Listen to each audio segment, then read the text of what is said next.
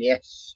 Now check it out, folks. These are recent acquisitions. I just got them, you know, in the last couple of weeks, right? So I just want to show you a couple of things I think you'll find interesting. Now, I think you guys are aware that EC put out reprints of all of their, you know, comic book series, Tales from the Crypt. Of course, this is Vault of Horror, Volume 1. And I picked it up really cheap. It's in great shape. And yeah, look, I've got a few reprints of Vault of Horror, but none of the reprints I have have the stories in here. So it's fantastic, you know. And if you're into the EC comic stuff, highly recommended. There you go, right there. Johnny Craig, Al Feldstein, of course. You got just a lot, and of course they reproduce the covers, which are often just fantastic, you know.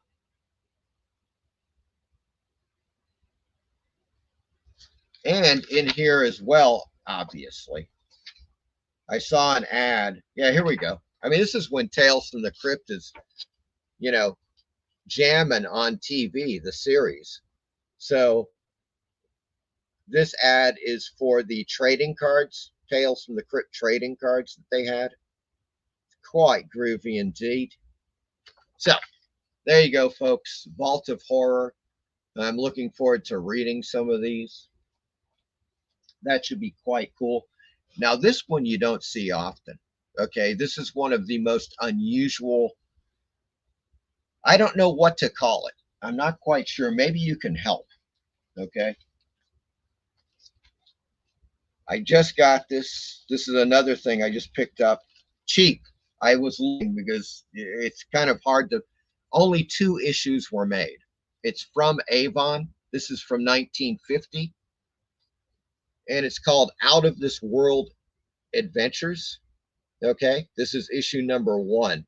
Great pulp magazine cover, as you can see. Now, my copy has got this scratch, you know, but otherwise it's in pretty damn good shape. It's you know, definitely readable, and I got it pretty damn cheap. You know, it was not very expensive at all. But here's the thing. Now, I'll show you. Now it's kind of, it's like a, here we go. As you can see, it looks like a typical pulp magazine, but suddenly, inexplicably, folks, in the middle of this thing, it turns into a comic book. Yes, and guess who does most of the comic book art in this? It's Joe Kubert. Yes, indeed. You have, geez, what must be 40 pages of comic book art, primarily from Joe Kubert,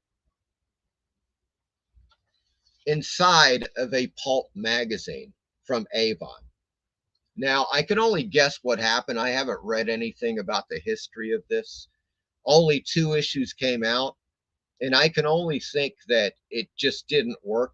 People did not like the combination of a pulp magazine and a comic book, but it's Joe Kubert art. So I picked this up very cheaply, and that's it.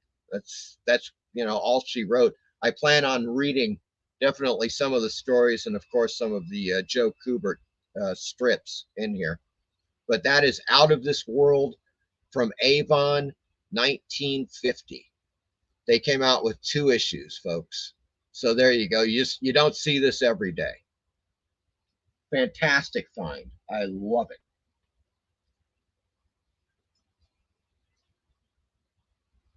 And this is kind of a weird one. I don't know. I'm not quite sure what the hell happened with this, but this is eerie. Now, people are, you know, familiar probably with eerie and creepy magazines, illustrated magazines. This happens to be the 1971 annual which says best stories ever. That's great. You know, I can hang with that. And then it shows 4 issues below, right? And what I believe is issue number 23 with that fabulous Frank Frazetta Panther Woman cover. And these other covers on there, you can probably see with the mummy attacking the guy, and then the skull man strangling this guy. And those are issues 12 and 13, respectively. And so I wasn't familiar with this copy, and I decided to get it because it was really cheap, you know.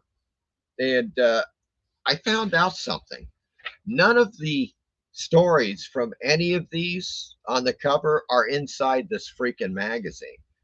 They are all from, let me quote, uh, issue number 4, issue number 8, issue number 10, issue number 7.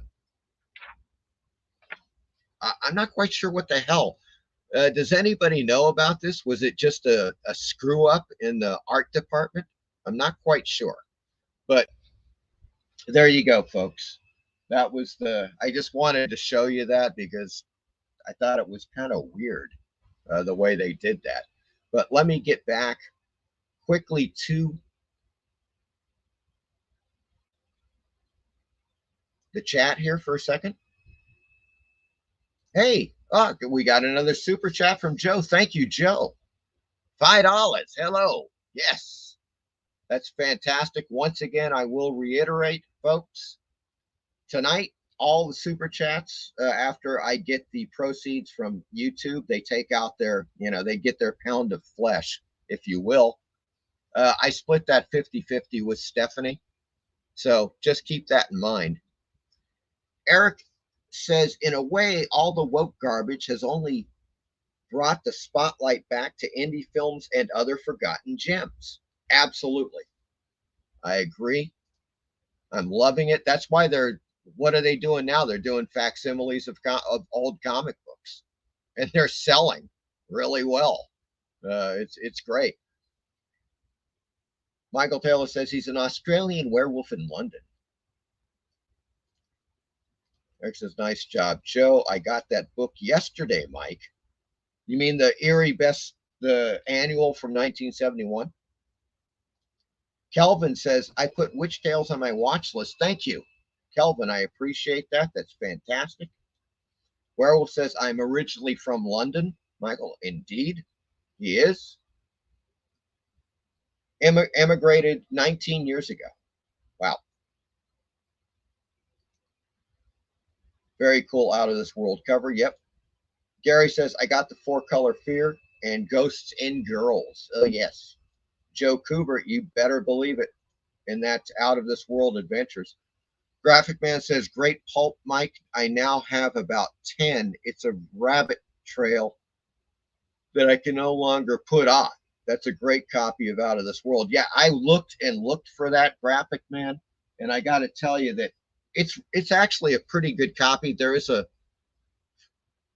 back cover spine split, as you can see, for like 2 inches. But otherwise, it's pretty flexible. It's not really brittle or anything. I'm definitely going to read it.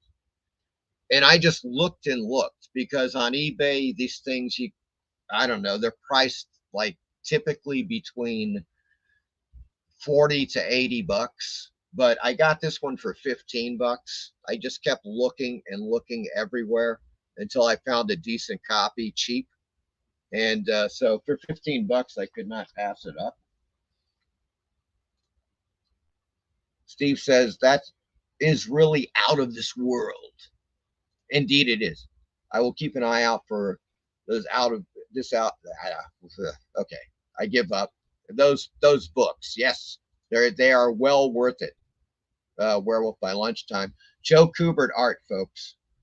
Graphic Man, I love the idea of a comic and pulp in the same book. I do too. I don't know. It just didn't work, apparently. Michael Taylor says, very cool, eerie mag. Indeed. Horror Mike has the first man on Mars, but we all know he is originally from Uranus. There we go. He's already started in. Eric, I will see myself out, indeed.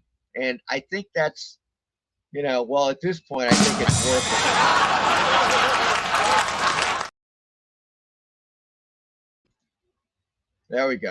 Folks, here we go.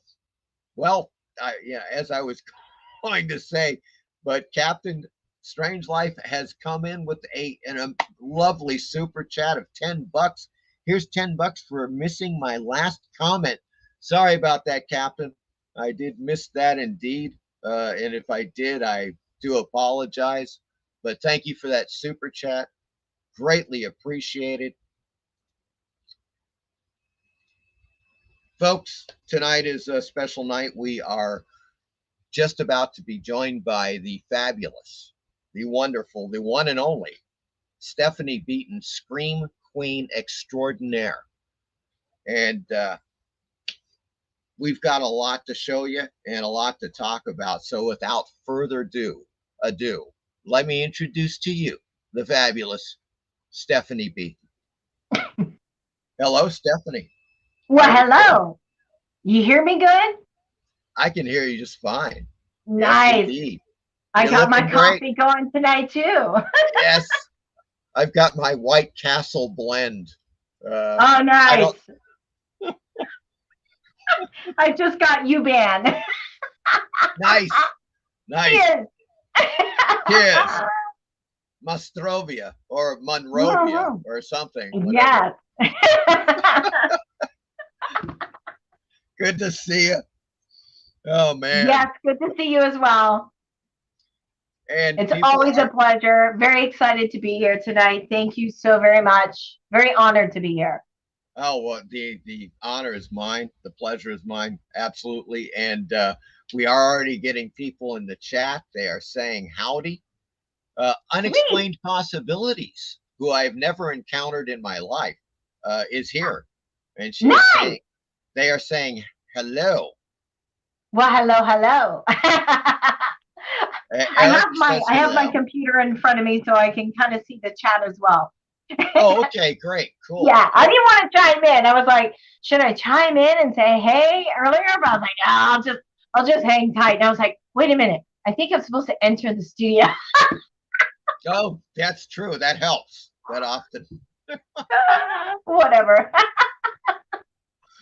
Eric is here. He says hello. Hello, Eric. Kelvin Fraser. Yes, Calvin and I met back in 2001 at the Fright Vision Convention in Ohio at the Sheraton Hotel. Oh, fantastic. Longtime fan and personal friend now. Well, we've also got, I think, Melissa Morales, you may know from your Melissa and Doug. Hey. And Simona. Oh, the one and only Simona. Yes. Cocoa Puff. She is here. And Kelly C. Yay, Steph. Steve Harrison says hi, Steph. Hello. Creepy Pasta Poet is saying hi, Steph.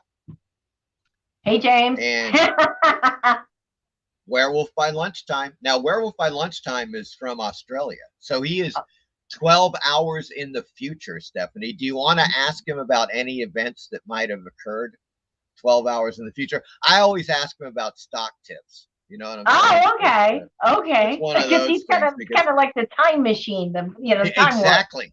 He is our human time machine. You know? I know. Right now, he's eating breakfast. So it's he is back to the future right now. he is. Yeah. It is the mighty Werewolf by Lunchtime. Nice. Also, and I did a movie called Werewolf, the Eyes of the Werewolf, a 3D film. And we are going to get into that, as a matter of fact. Oh God, I knew you would. I knew you would. Yep, I've got the poster lined up for that one. We're going to take it. We've got a gallery that we're going to be taking a look at of various films that you've been in. Okay, sounds good. And that's one of them. That is one of them. Gary says, I'm ready. And Douglas Sanguinetti is here, saying hello. Hey, Doug. Michael Taylor saying good evening, Stephanie. Hello, Michael. Graphic Man is here saying hello. And Hi, Graphic Man Graphic is Man. now I was just on his show. Remember when we were talking on Wednesday? That was the show that I did that night on Oh, the sweet. Graphic Man channel. And he's been on the show many a time, and I've been on his show, and Oh, you know sweet. it's one of Okay, well, I'm those going to deals. subscribe to his channel for sure. Oh, cool, cool. And Yeah, also I'm all about it. Hotel Orloff. Now that's Gratu Orloff, and he is also often. He's been on my show as well, but he's almost every week he is on Graphic Man's channel. Nice. So Okay. he's one of the regulars here in the show. Michael Nice. Taylor says, Stephanie, you are Mike's better half. Well, thanks, Michael Taylor. I really appreciate it. No, I'm just on the DL. He's in the forefront. Unexplained Possibility says, hi, Eric Boyd. Hope you're having a good one. Okay. Joe says, hi, Steph. And Simona says, we are here to support the Scream Queen. There we Nice. Hey, Joe. Thank you. Says, Thank you, guys. Thank you for having me on. Thank you for being a part of this. It's been a hot minute since I actually did an interview in regards to talking about my film. So it's been a hot minute. Not that I haven't been asked. I actually have. And I was so busy with just my own business and life and everything that I never got back to those people. So I hope they're not watching because they're like, that bitch went over there and didn't come to me.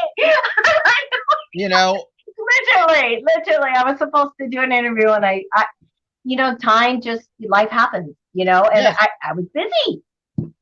Yeah, in the course of things, eventually it just comes around. It does. You know what I'm saying? In its own time. Yeah, it's like one of those things where you just have to let it happen. That's the one thing. One of the things that I truly believe, having lived all these years, somehow survived all of these years, is that do not try to force things to happen, because you are inviting disaster and disappointment. Let them happen. Make it or try, work in earnest so that those things happen, but do not, if you force them, you're gonna be sorry. It's exactly just one of those things. And that's how I ended up on your channel, Mike. I didn't force it. I wasn't looking to come on here. That's true. I just recognized the names that I started watching your channel. I was like, you just popped up in my feed, and next thing I know, here I am. Yeah, it was the strange, folks. This was literally like 2 weeks ago, where we actually started conversing, via email. Less than 2 weeks ago, and it was just serendipity, right? Totally. That's pretty much it. It just happened. Yeah. But also, Eric says, yes, thank you, Unexplained Possibilities. I hope you are as well here on the best Friday night live stream and show on YouTube. I just want to clarify that, folks, in case you missed it, because there you have it right there, the testimonial from the one and only Eric Boyd. Nice. Nice. Steve Harrison, yeah, and I'm running up against Nerdrotic. Are you freaking kidding me, with a Friday night tight show? I don't know if you've ever seen that, but that is like, no, I haven't. I haven't. Guy gets like 10,000 consecutive viewers. Oh my God. Huge. He's huge. Oh my God. Yeah. So there you go. Steve Harrison says, swam across the river. Okay. Well, that's watch out for those gators. But Werewolf says, I just finished breakfast. Werewolf by lunchtime in Australia. I just finished breakfast, and after the show, I'm going to dust my TARDIS. Excellent, man. That is fantastic. Tell Tom Baker I said hi. And Steve Harrison says, keyboard is now through my window. Okay. Graphic Man, thank you, Stephanie. Yeah, there we go. Hey, nice. Mel. Hi, Orloff. Stephanie, I sub to you. Michael Taylor, just sub. Thank you. Thank you, guys. Thank you. I know some of these guys just did it earlier before you came on. They were, Oh, you know, sweet, saying they'd sub sweet. to you as well. Werewolf says, how often do you put out YouTube content, Stephanie? Ooh, that's a good one. I haven't put as much content lately on the channel you guys are subbing to because I put content. I've been focusing on my other channel so much, and I need to get back to the other one. Like literally a couple months ago, I bought special effects stuff to make more stuff. Do you think I got around to it? No. It's kind of like our Yeah, conversation we had. It's hard to juggle too. It's like my it really Instagram. I have is. Yeah, Instagram. So either one's going to suffer and the other one's going to get all the rewards until I get tired of it, and then I'll bounce to the other one. yeah, yeah. I Yeah. just, you know, it is. It's true. It's very. It. I don't. I just have the one channel, which what I do is I duplicate it. For example, Mm-hmm. on Rumble and BitChute, which I think I explained to you. I sent you those links, and I those are like, duplicate it on Odyssey, meaning it just whatever you there you go. post on YouTube automatically goes to Odyssey, Right, just in case exactly. YouTube decides to take you down. You can do that as well. You can do that Yeah, as it well. But automatically goes. Like you don't have to do anything. right. But here's the thing. The reason Mm. why I do it manually, like with Rumble and BitChute in Uh-huh. particular, is that, for instance, when I post on those about this show, Uh-huh. I put the YouTube link, I make a Yeah. different description. So it's Yeah. totally manually done. It's altered. Yeah. So it brings those people into the show. Right. Here, you know, that because I don't have anything live going on with BitChute or Rumble yet. Yeah, right. Yet. Now Rumble Right. does do live, and they're Yeah. getting big. They're getting really big. So Yeah. I think what I'm going to end up doing is having that simulcast type of thing. Oh, So it's going to be live on Rumble and YouTube soon. sweet. But you Yeah. don't do Facebook, right? Pardon? You don't Pardon? do Facebook Live, do you? Facebook Live? No, I don't No, do okay. Facebook. I use Facebook. It's a long story. Uh-huh. Yeah. I don't know what to tell. Here's what I'm going to say about Facebook. I had Facebook. I deactivated my account.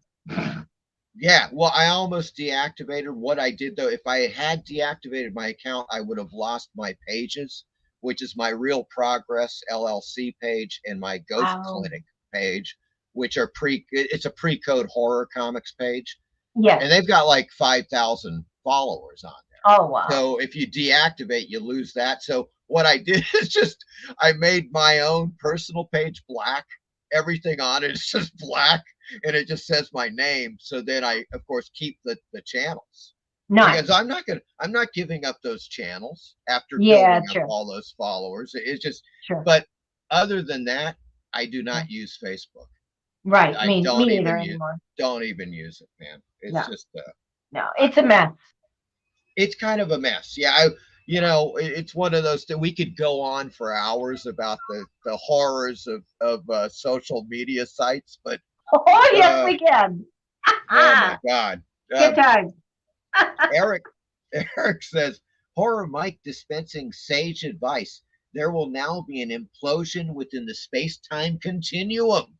Yes, indeed. Good Lord. And Douglas Sanguinetti says, I'm here to support Stephanie. I'm one of her OGs on her channels. Excellent. Yes, he is, actually. Right when I started my channel in 2019, I started putting content up. Oh, very cool. Yeah. Michael Taylor says, you're welcome, Stephanie. Kelvin says, I am also an OG on Stephanie's channel as well. There we go. Thank you. Steve Harrison says, Rumble has a whole different set of rules, more friendly to content creators. It is. Yeah, you don't have to worry about getting booted or your content taken off as much. And the same thing for Kick.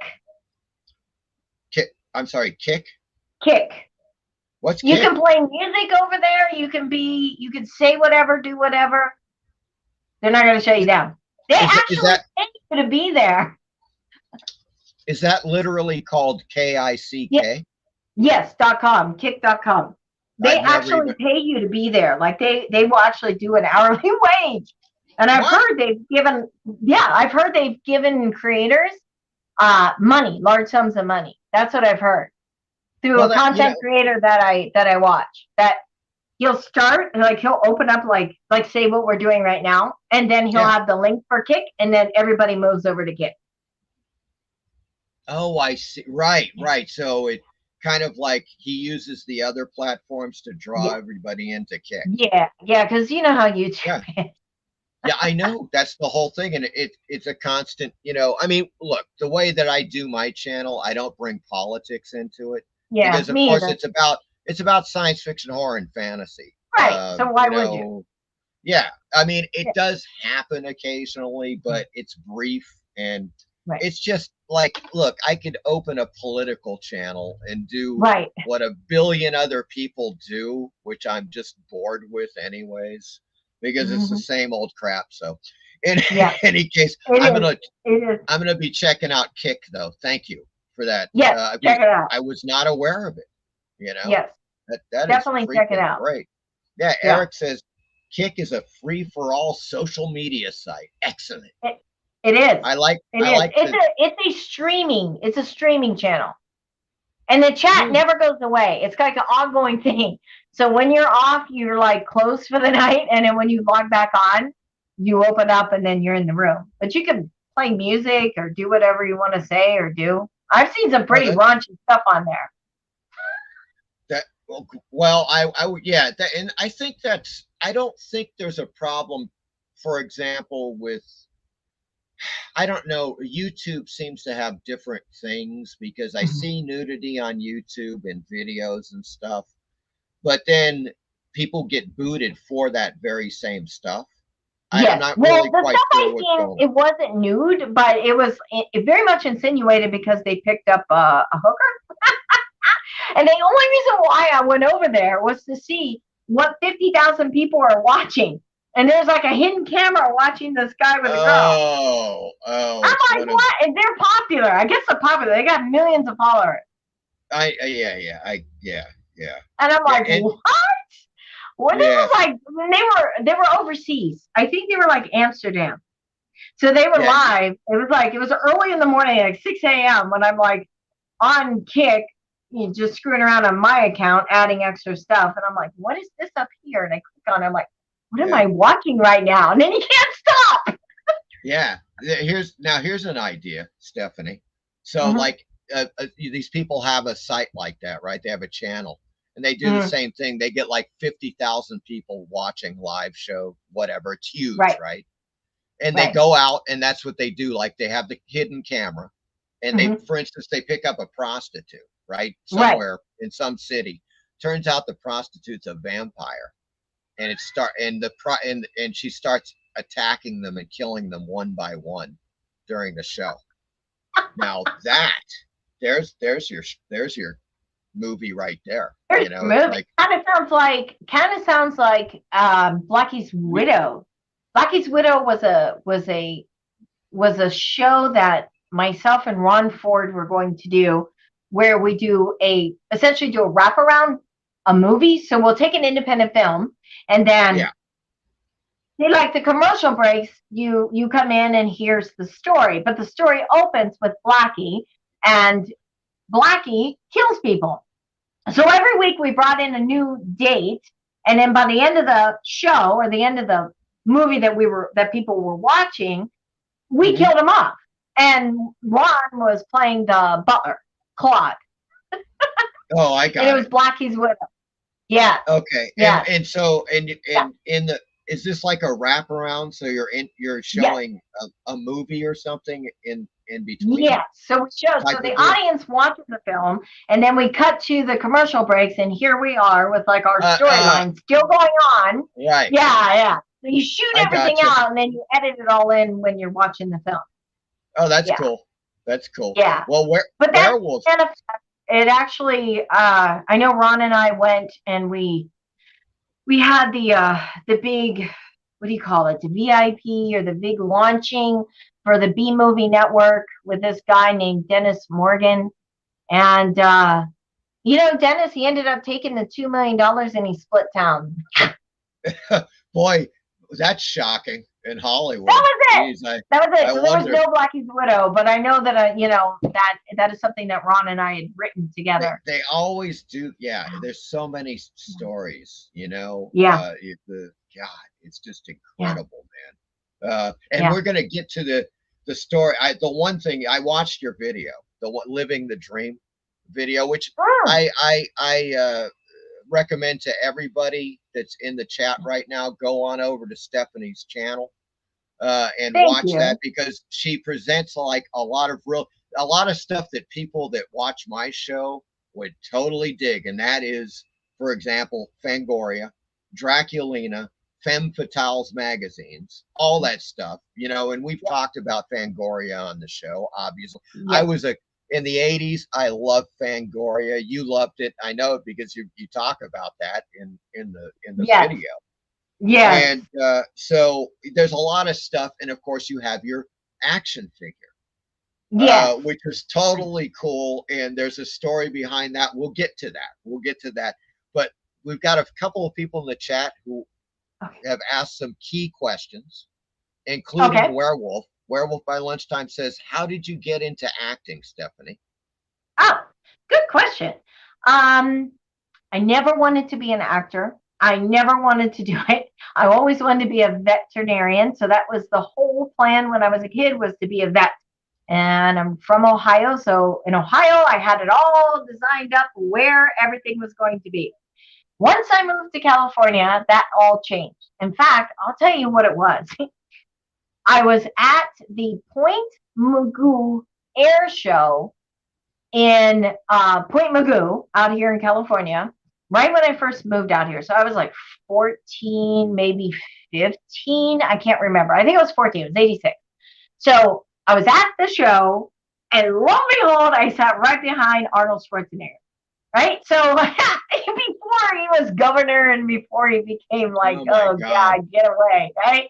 So of course, I'm like, oh my God, then it became like this obsessive thing where we just watched the Terminator over and over and over again.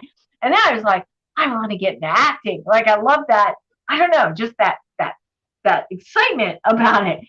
So then, of course, I went through the gamut in my teenage years with like getting lured and suckered into these scam companies that, yeah, they take your pictures. The pictures weren't that great. And you have acting classes, which were good. The acting classes were decent.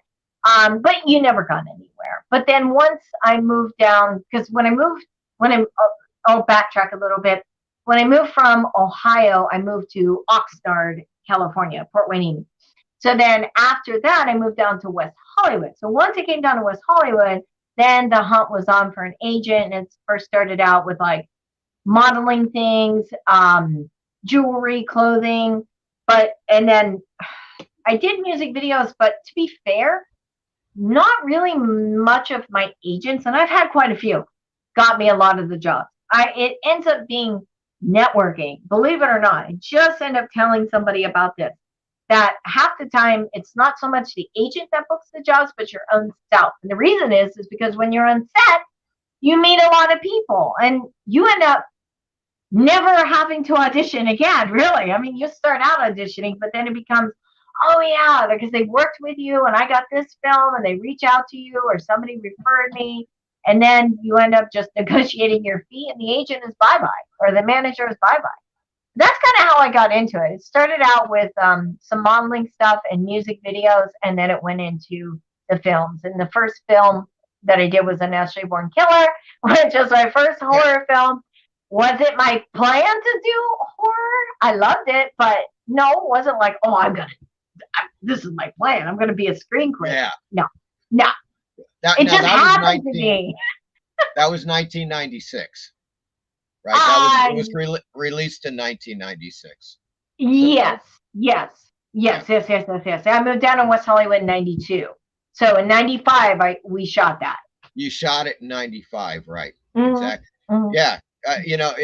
And I was going to say in a parallel sense, because I was in New Orleans, and in 1993, that's when I started making feature films. Oh, and wow. That was in New Orleans. So we almost started in the film biz, at the same time. Or basically we kind of did. And Yeah. strangely, because I know like your, I think the last feature film you did was in 2004, if I'm not mistaken. Probably one that I probably directed. Yeah, right. Well, there was that, and there was the other one. What was the Blood Gnome film? I Glendale think was, that was. oh Jesus, that was with Vinny and John Laredo, I think it was. I think that And was that was like 2000, 2003, two, maybe 2003. even Okay. one. Yeah. Oh, okay. Because I could have sworn it said 2000. I may be wrong Well, on I that, think but what happened is they shot at them, but they didn't get distribution because Vinny at that time, he was editing Evil in the Bayou, and I think and that was in 2002. So I think at that time, right after we wrapped that, he started working on as a cinematographer, as a DP. He started working on that film with John, and then he asked me if I wanted to do a little small cameo in it, and I was like, yeah, oh, sure, okay. whatever. Yeah. So it was released in 2004. So that there you Okay, go. yeah. It does say that. All right. Yeah. Yeah, Blood Gnome. it took some time to get it, but I I Yeah.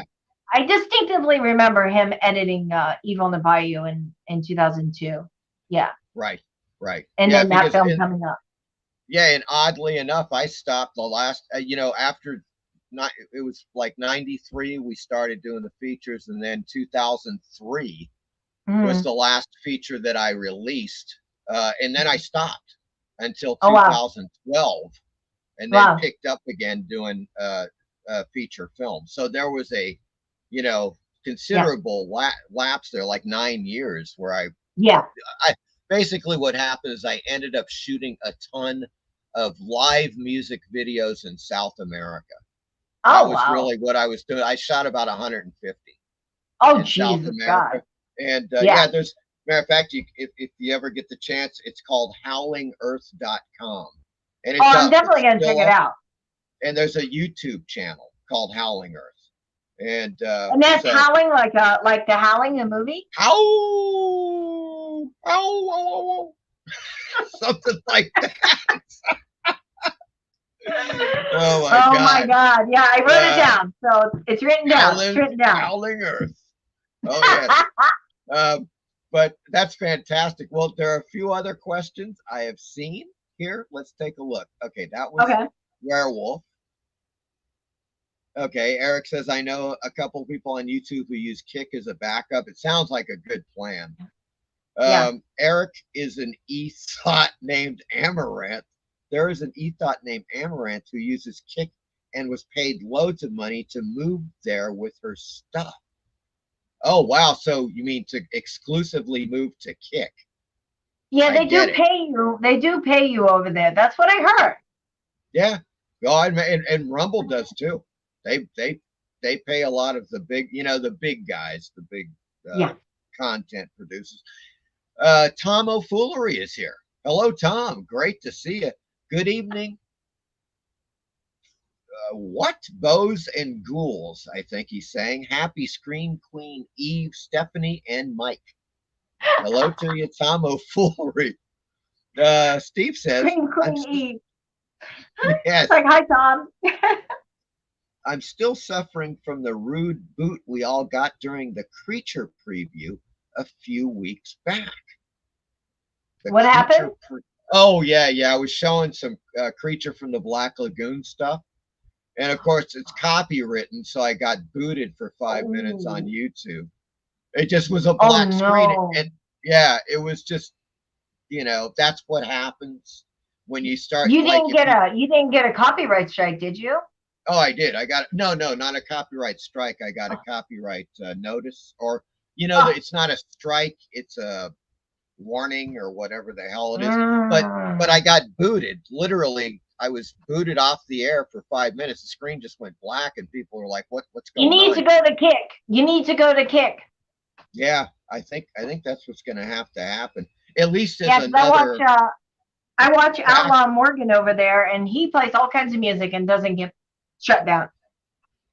Right, right. Typically, like for instance, when I edited that little video with the clips of you, Uh-huh. for the short 2 minute thing. Now there's Yeah. music on there. It immediately got a copyright hit. And No. so it's not, but here's what you do. You see, when you make the video, it'll say, do you want to monetize this video? And I said no. So No. I don't have to deal with that crap because I knew they were going to hit me with the copyright thing. And then you have to go through all this BS. Yes. So I was just like, no, not monetized. I just put it up and everything's cool. And of course, they gave me the copyright notice anyways, but it didn't matter because it wasn't monetized. So Oh my God. that's how you do it. That's, they didn't take it down or Well, anything. thank God. Thank Yeah. God. Yeah. Michael Taylor says, Stephanie, what are some of your favorite horror movies? Okay, Michael Taylor, we are going to get to that. You're jumping the gun a little, my good man, but we are going to get to that when we go to Tubi. We're going to talk favorite movies and so forth, and look at some of Stephanie's movies on Tubi. So hold on there. Werewolf says, Kick has little full stream. Where do I sign up? Kick.com. Apex Comics is here. Apex is on the scene. Hello, Hail Hana. What the hell is he? Okay. Hey, Apex, what show are you on? Or should I say, what drugs are you on? I'm not I saw sure. Apex on there earlier, and he said, hi, Stephanie, and hi, so he knows who I am. Right. And I said, hi, Apex, but he didn't answer me. Right. And then, what happened is it's really weird. And I posted on there at that time that when it's not live, the second person that posts boots the first post and it disappears. No. Yes. So, I don't know why. It's a YouTube mystery. It's like Stonehenge or something. You know what I'm saying? That's weird because I think Kick it permanently stays. Like the chat doesn't go away. Right. Yeah. It's just YouTube, man. Eric says that's almost as good as Werewolf in the Nudist Colony movie idea horror, Mike. Yeah, we went through this whole thing about where. Oh God, it was just a hilarious freaking deal because Werewolf is in Australia. Margot Robbie, the actress, she's Australian. I was like, look, if we can get Margot Robbie to do Werewolf versus the Nudist Colony, we'll make a mint. But he would have to go over there and talk to her since he's in Australia. Yeah, right. He hasn't yet, but we're holding our breath or not. Yeah. Let's take a look here. Everybody's saying once again. Everybody's saying hello.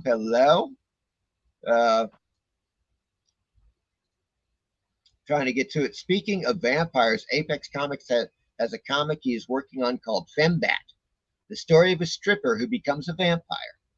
And there is his channel, folks. Check out Apex Comics channel right there. Yep. Eric says, at least we can look at a pretty lady instead of that crusty werewolf by lunchtime. What? What the? I don't know, man. Eric's going off the rails. Kelvin says Fangoria rocks. 100% agree. Especially for me, the 80s and 90s. Oh yeah, that was the best. Yeah, I think that was totally the best. And I think that the time we spent in the horror industry and the independent scene was the best time ever. Oh, totally. Oh, there's no doubt about it, man. You made your own special effects. You didn't do CGI crap. I hate CGI. Oh my God.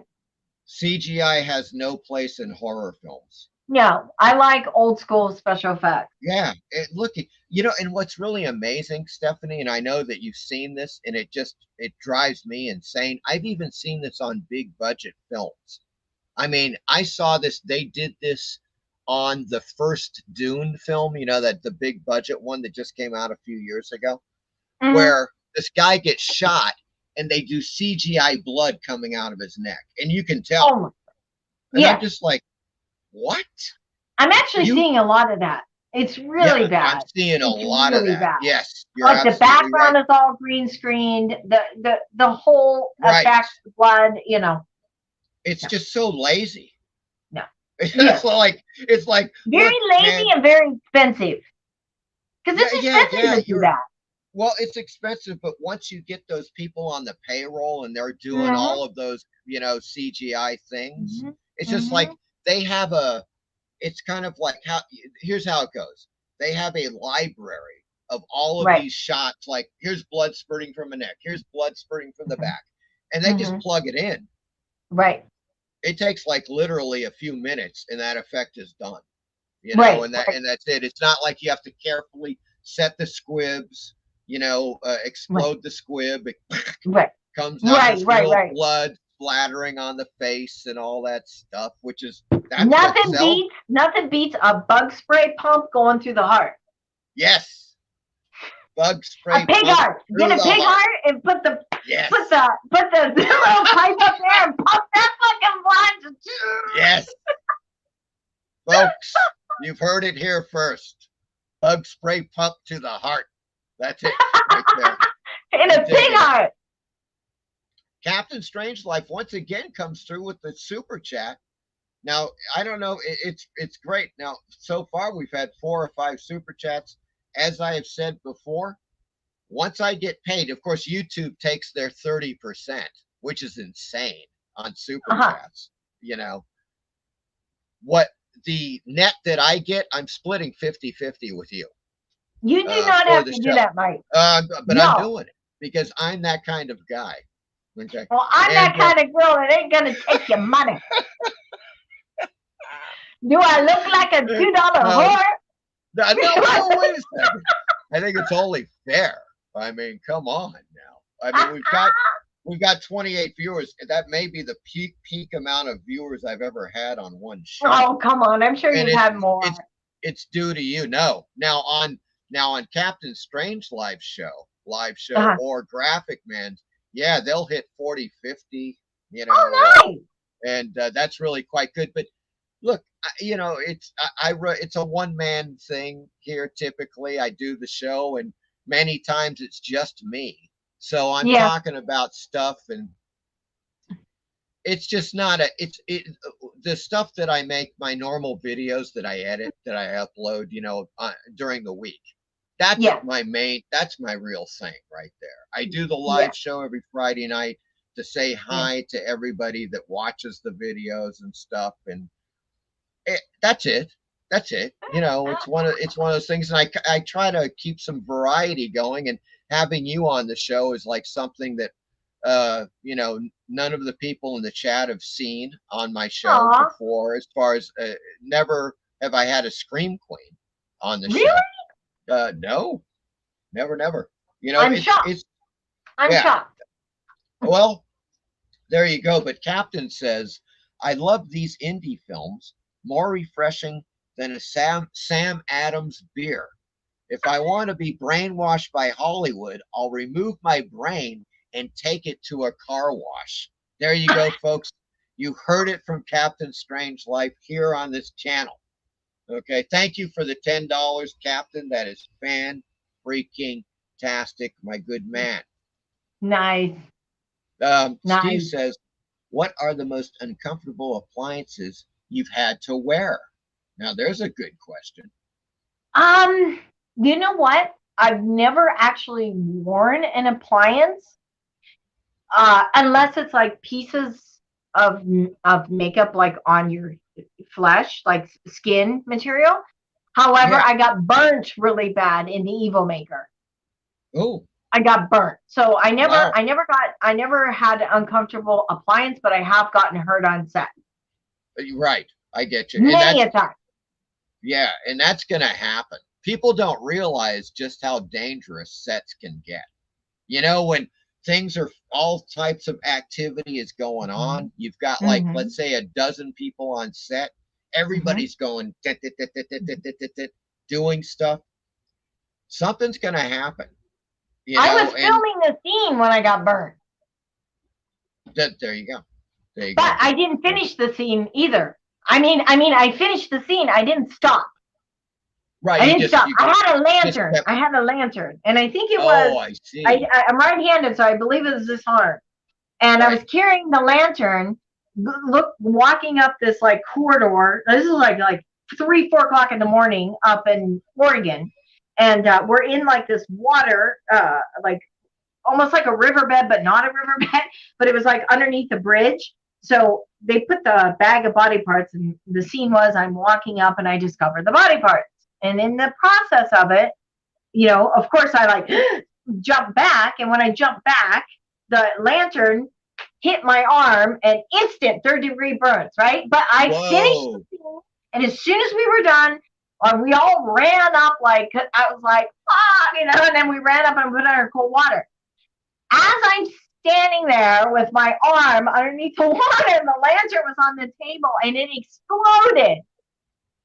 Can you imagine if that thing would have exploded when I had it, because it was a regular? Yeah. It got so hot that it exploded. What kind of, was this like a kerosene lantern? Yes. Typical, like you fill it with the kerosene and it just overheated? Oil, like whatever, but it got so oil hot. Lamp. It was something that was very hot, but when it hit, it got me here and it got me up here. So it hit in 2 places. It was big. In the movie, you see that scene where I'm like, Right. Wow, that's crazy. Yeah, I came back with 3rd-degree burns. Wow.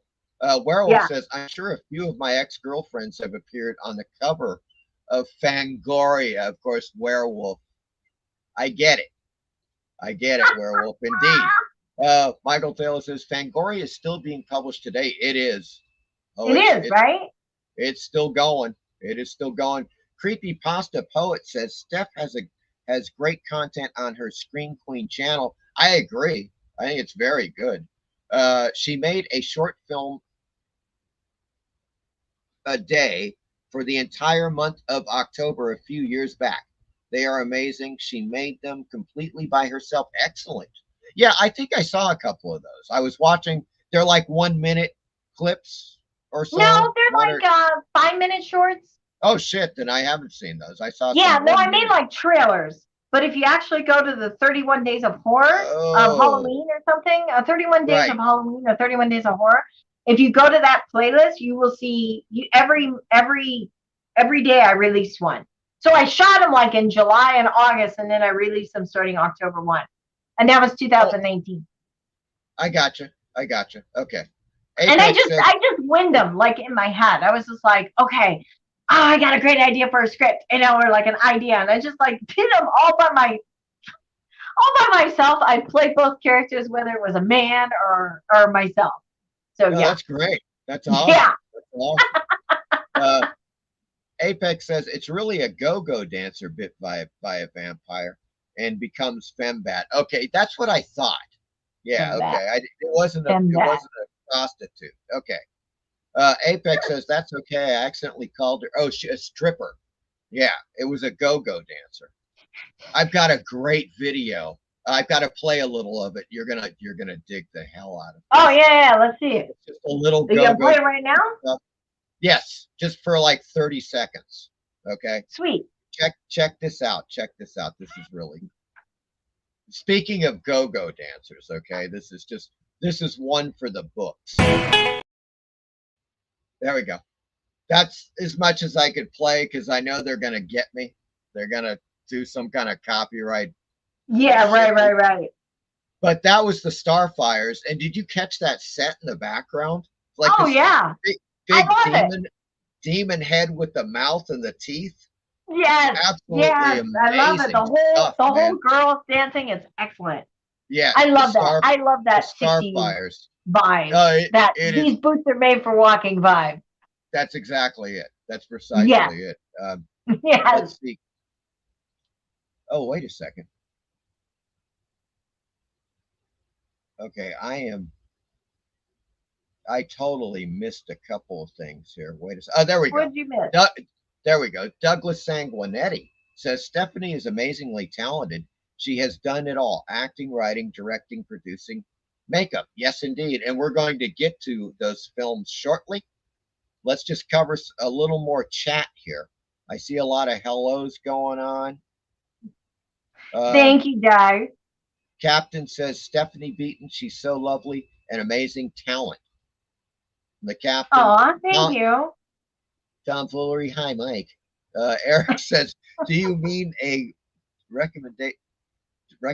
Not sure what you mean, Steve Harrison.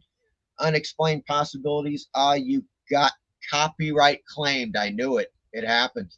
Just playing Did that you? 45 seconds. Yeah. Let's see here. Maybe. Lead paint is yeah. Lead paint. He is on the scene. Hey, Stephanie, looking good. Steve Harrison says usually you mention the DVDs. Yeah, recommendation. Okay. Tom O'Foolery says, talk to me with thine eyes, to quote an old Lugosi. Eric says, currently I can't think of any. I think Horror Mike has the best recommendation, Steve Harrison. I'm not quite sure what the hell they're talking about, but I'm sure we'll figure it out soon. Let's see. You're in the clear. Oh, Tom says, werewolf nudist colony? What, the werewolf woman? What? What the what? Werewolf woman, the motion picture. Steve says, I want to make nudist at a werewolf colony. Takes place in the 70s, so less makeup. There we go. It's all actually, Steve. Okay. When I came up with the idea and we were joking around, it was werewolf versus nudist colony. That's the key right there. It's versus nudist colony, of course, because he attacks the nudist colony. Right. Michael Taylor says, I jumped the gun and the gun won. There you go, Steve. But shortly, Michael Taylor. Do not worry. That's a good one. Steve says, Bug Spray Pump to the Heart was sung by Pat Benatar. And I think that is correct. Or it was Bon Jovi. One of the two. One of the shot through the heart. My God, I can just see it now. I can see it. I can't get it out of my mind. Oh my God. Tom says, right on, Captain Strangelove. How the heck are you? Eric says, lol. Steve says something that's not showing up on the screen. Sometimes the glue or actual makeup can burn. Look at Buddy Epson getting burnt from the Tin Man makeup in Wizard of Oz. That is correct. Eric says, in case anyone missed it, you can get Horror Mike's Blu-ray featuring his film First Man on Mars on eBay. Thank you, Eric, for that plug. Oh wow! Okay. Yeah, it's on eBay, and it's on my website as well, horroranthologymovies.com. It just depends, because some people like buying through eBay, some like buying through Amazon, some like buying directly off the website. So I have all three options. You know what I'm saying? It's one of those. Tom says, kudos, Mike. This live stream is great. I love Scream Queens. Excellent, Tom O'Foolery. I'm glad you're having a great time. Eric says, hello. I'm not quite sure what the hell that means.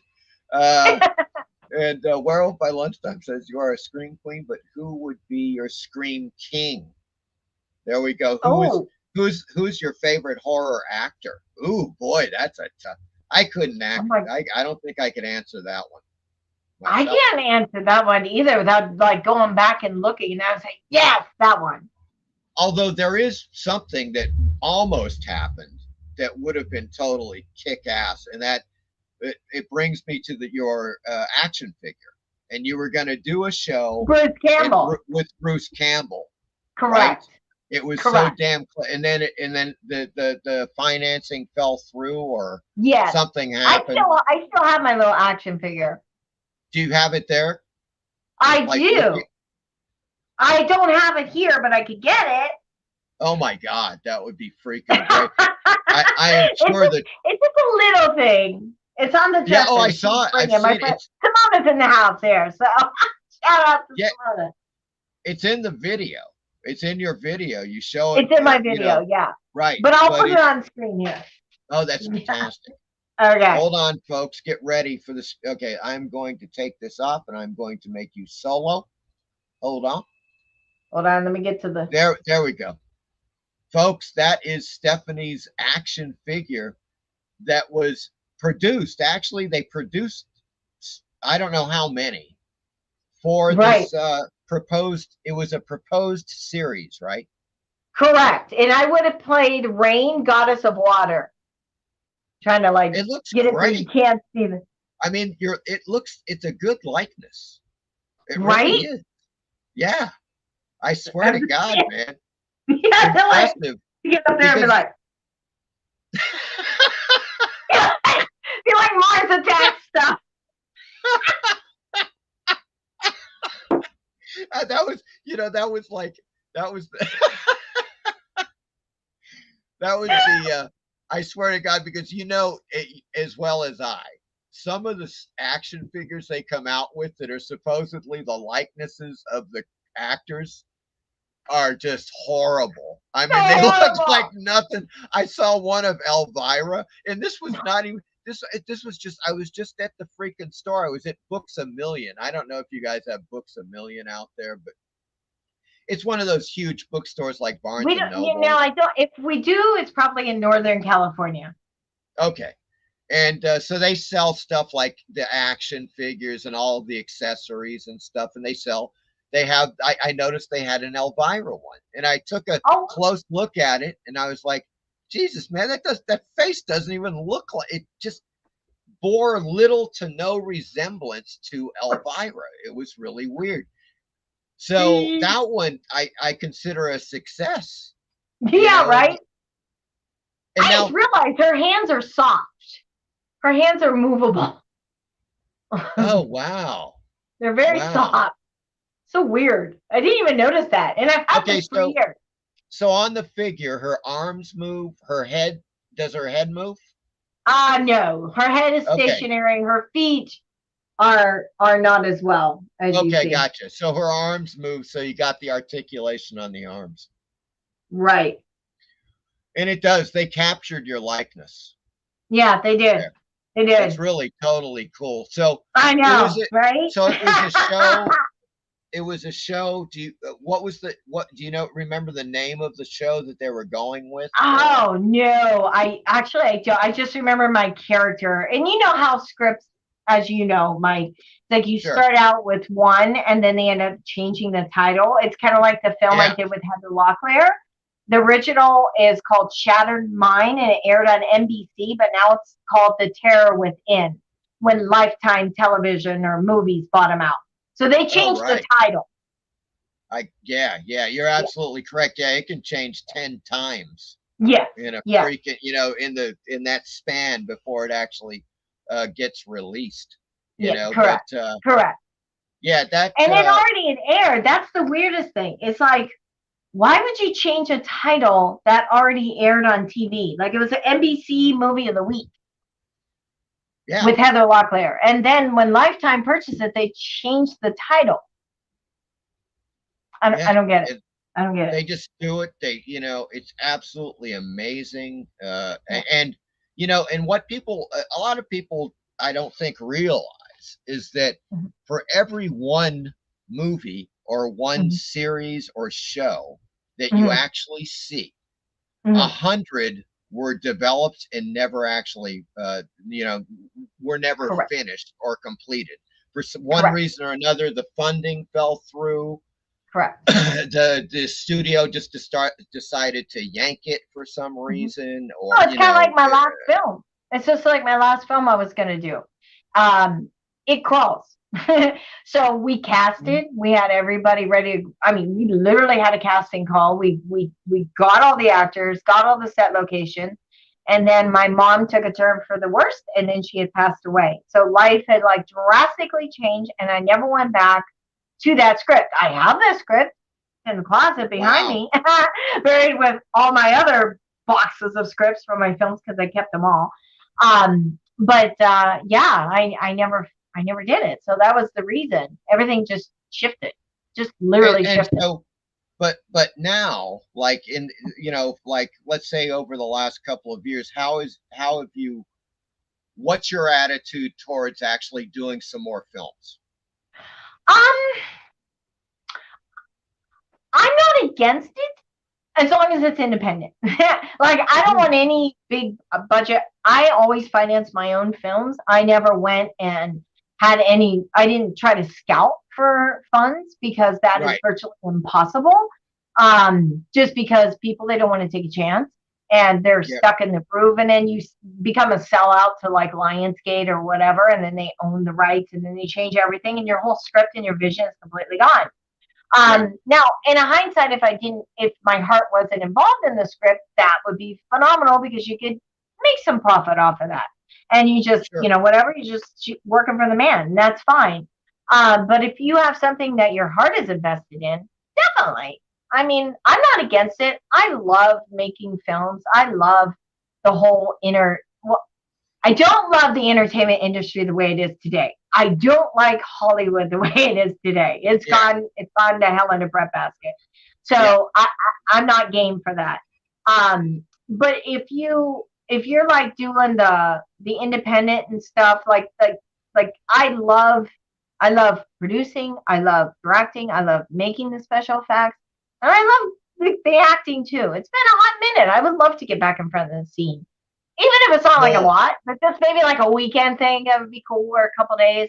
That would be cool. right. Because Right. my life is taken in a different direction. So my focus isn't acting anymore. But to do it, it would be almost at this stage, like almost like a hobby. The only problem with that is what, and I always said this, like once I take time off, and it always was at every film that I ever went and I shot, I never wanted to come back to my day job. Like I Yeah. really detested my day job. It's kind of like I never took a vacation in my entire life because I knew that if I left for like a week, I would not want to return. Oops.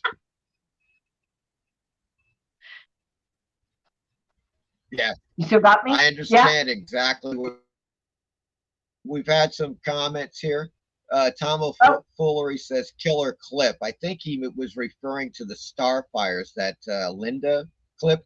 And Hotel Orloff says that was the haunted house nightclub in LA back in the 60s, that go-go oh dancing, the wow. video. Oh, okay. There was a place called the Haunted House Nightclub in LA where they shot Okay. that. Oh, that would be Is awesome. that crazy? Yeah, I know. I Makes you bet you wonder if that was, no, it couldn't have been what is the Whiskey a Go Go now, right? I don't think so. When did the You Whiskey know, a Go Go come in? although any of those places like, oh, hold on. Okay.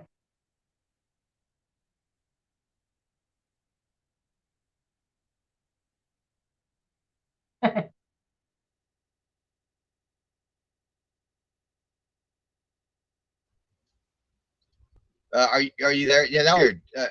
I'm Let me. here. I'm asking something here. Who froze? I didn't freeze. I just was staring at you. But I see you frozen.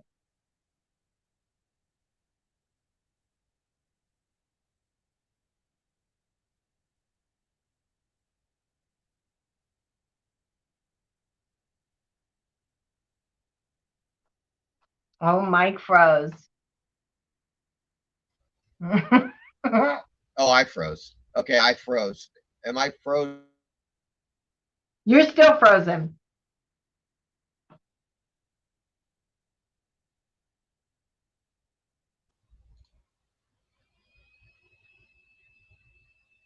Okay, I maybe think that's you're it. back, Mike. I think I might be. I Oh don't know. God, Well, I see you on the computer as frozen, but you might be back now. I'm waving. Am I frozen? Okay. Do you I see see your me? mouth moving right now. Like I have you on silent. I see you moving here. Okay, good, good. All right, Okay. good. I don't know what the hell happened, folks, but it happened, and it's just witchcraft, It's witchcraft. witchcraft, as as that song goes. Werewolf says, "I'm aging like cheap beer." Okay, there we go. Uh, oh, Tom O'Foolery says, "Beautiful figure. I want one." And there you go, right there. I knew some people would be like, man, that action figure is awesome, and it is really great, Yeah. Yeah. man. Stephanie, very cool figure. Yes, it's a pretty good likeness. Yes, agreed. Steve says modern action figures are computer scanned. My buddy joined McFarlane Toys and was assigned bodies to sculpt, no heads at all. Oh, wow.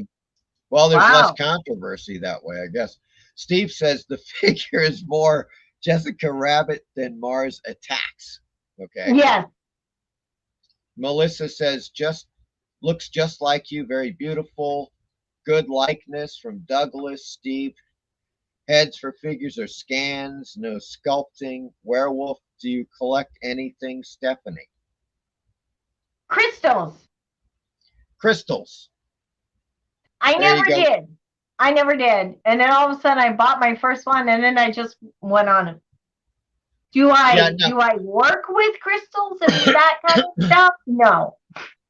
No, you've got, and also, but now from your career in acting, you've collected all the magazines and, articles on you and stuff. So you do have a collection. Like, for instance, if you watch that Yeah. video, Werewolf, you'll see that, like, for instance, Stephanie was in Fangoria, Draculina, Femme Fatales magazine, and other magazines, either national or regional.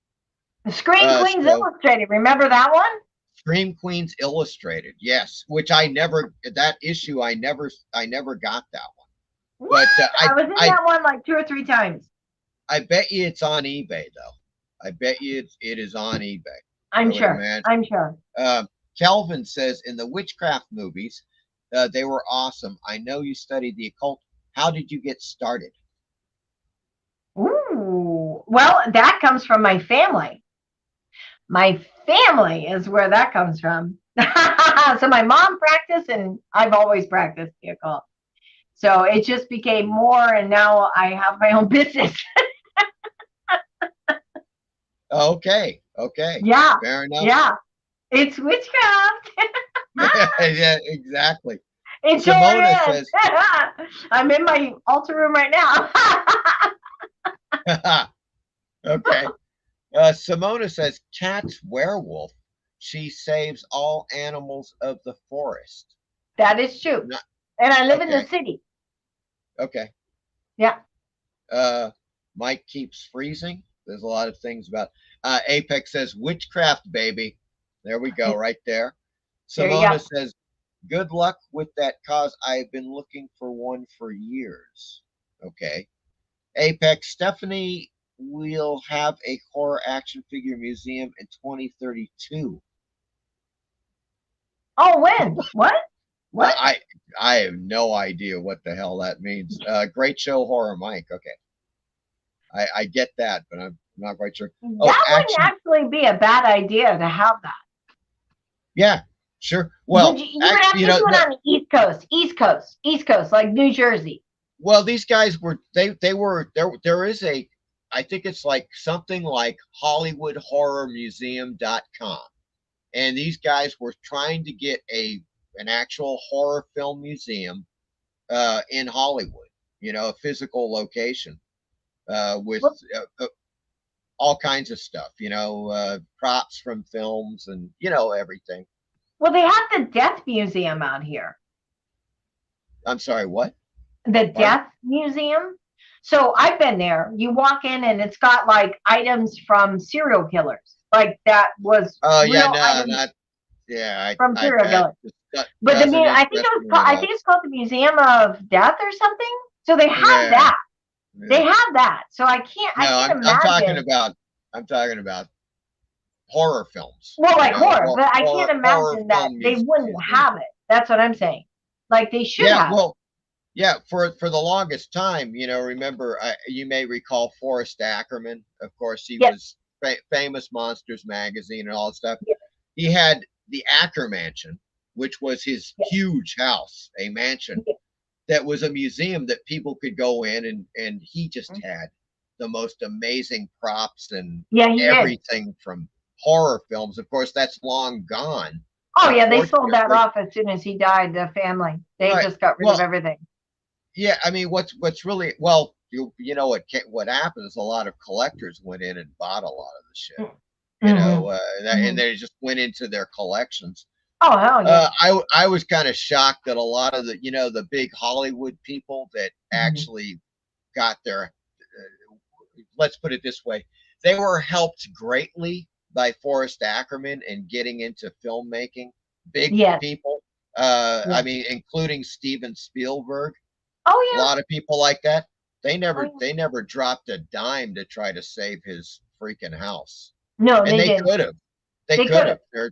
Yeah. They're practically billionaires, But and you they know didn't lift a Hollywood. finger. You know how these people are. You're absolutely right. You're absolutely right. Let's see. Okay. Well, that's it. There we go. Let's go on to first what I want to do before we get into the Tubi. Okay, because we're about to move Tubi. in. About to move into Tubi land. I want to prep people that haven't seen this. Here's a little 2-minute clip featuring many of Stephanie's films, and check it out, folks.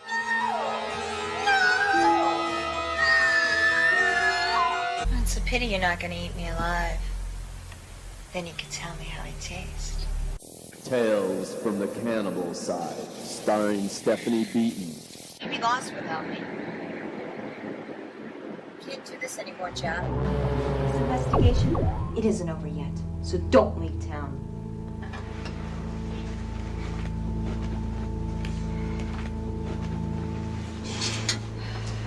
Well, what do you think? There's something about all this that I don't like. Maybe your bra's on too tight. I think we should rule it an accident and close the case. This black magic angle, it feels really bad to me. Oh, and, watch this sexist shit, or else you're gonna be looking down a harassment charge. You know, I got a bad feeling too. Just my hemorrhoids.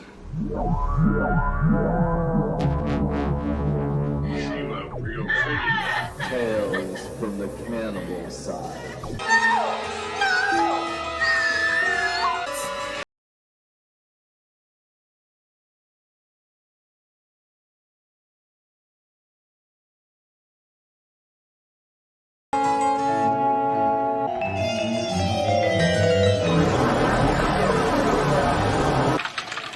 Writing a letter home?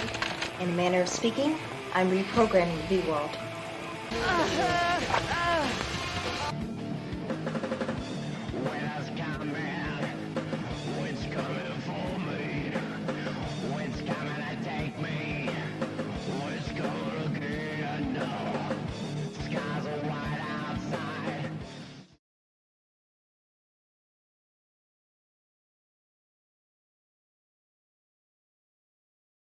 All right, there we go. Now, there's a couple of things about that I definitely have a few questions about some of those films, especially the brain, the crawling brain. Oh, the crawling Uh, brain. Yeah, that one. Now, did you ever see that movie called The Fiend Without a Face? I think it was like a 1959 film. I think I have. I actually might have it on DVD where somebody sent it to me. Yeah. I've got it on. I definitely have it on DVD. Yeah. I'm sure you do. I'm sure you do. Yeah, it's a fantastic film, and it's. I mean, okay, physically that's what's going on, right? When the creatures they're invisible for a long time and they're killing people, and then they become visible, and they're the brain with the spinal cord, right? Yeah. Coming out, and they animate them. They're like stop motion animation as they move along. It's really creepy, and the original story goes even way back. There was a pulp magazine that came out in the 20s and 30s, 40s, and then it stopped in the 50s. It was called Weird Tales, and H.P. Lovecraft got his start in that. Robert E. Howard, who wrote Conan. Nice. But that story is from a 1931 story written by Amelia Reynolds Long, this woman that was writing for Weird Tales back in the early 30s. And it was called The Thought Monster. And so they took that story and they made Fiend Without a Face. I am sure. Did that guy ever mention like that he was inspired by that film to make The Crawling Brain? If he did, I don't remember, and that's my God's honest truth. It's been a Okay. hot minute. Yeah, that's been a hot minute. That was shot at Randall Malone's house. Ron Ford directed it, wrote it. Yeah. I don't remember, but I know he wanted it like in the 50s-esque feel. That was the whole Right. genre that he was going for, like the whole time frame, that kind of It had that 50s. feel. Totally. Yeah, had especially that when feel. the big letters shoot in on the screen, Yes. the crawling brain, Yes. that kind of stuff. Yeah. Exactly. Yeah. Exactly. I thought it was Yeah. kind of like it just I plan on seeing the film, I'm definitely gonna watch it. Yeah. But just watching the trailer from it, it just Yeah. seemed like an homage to Fiend Without a Face.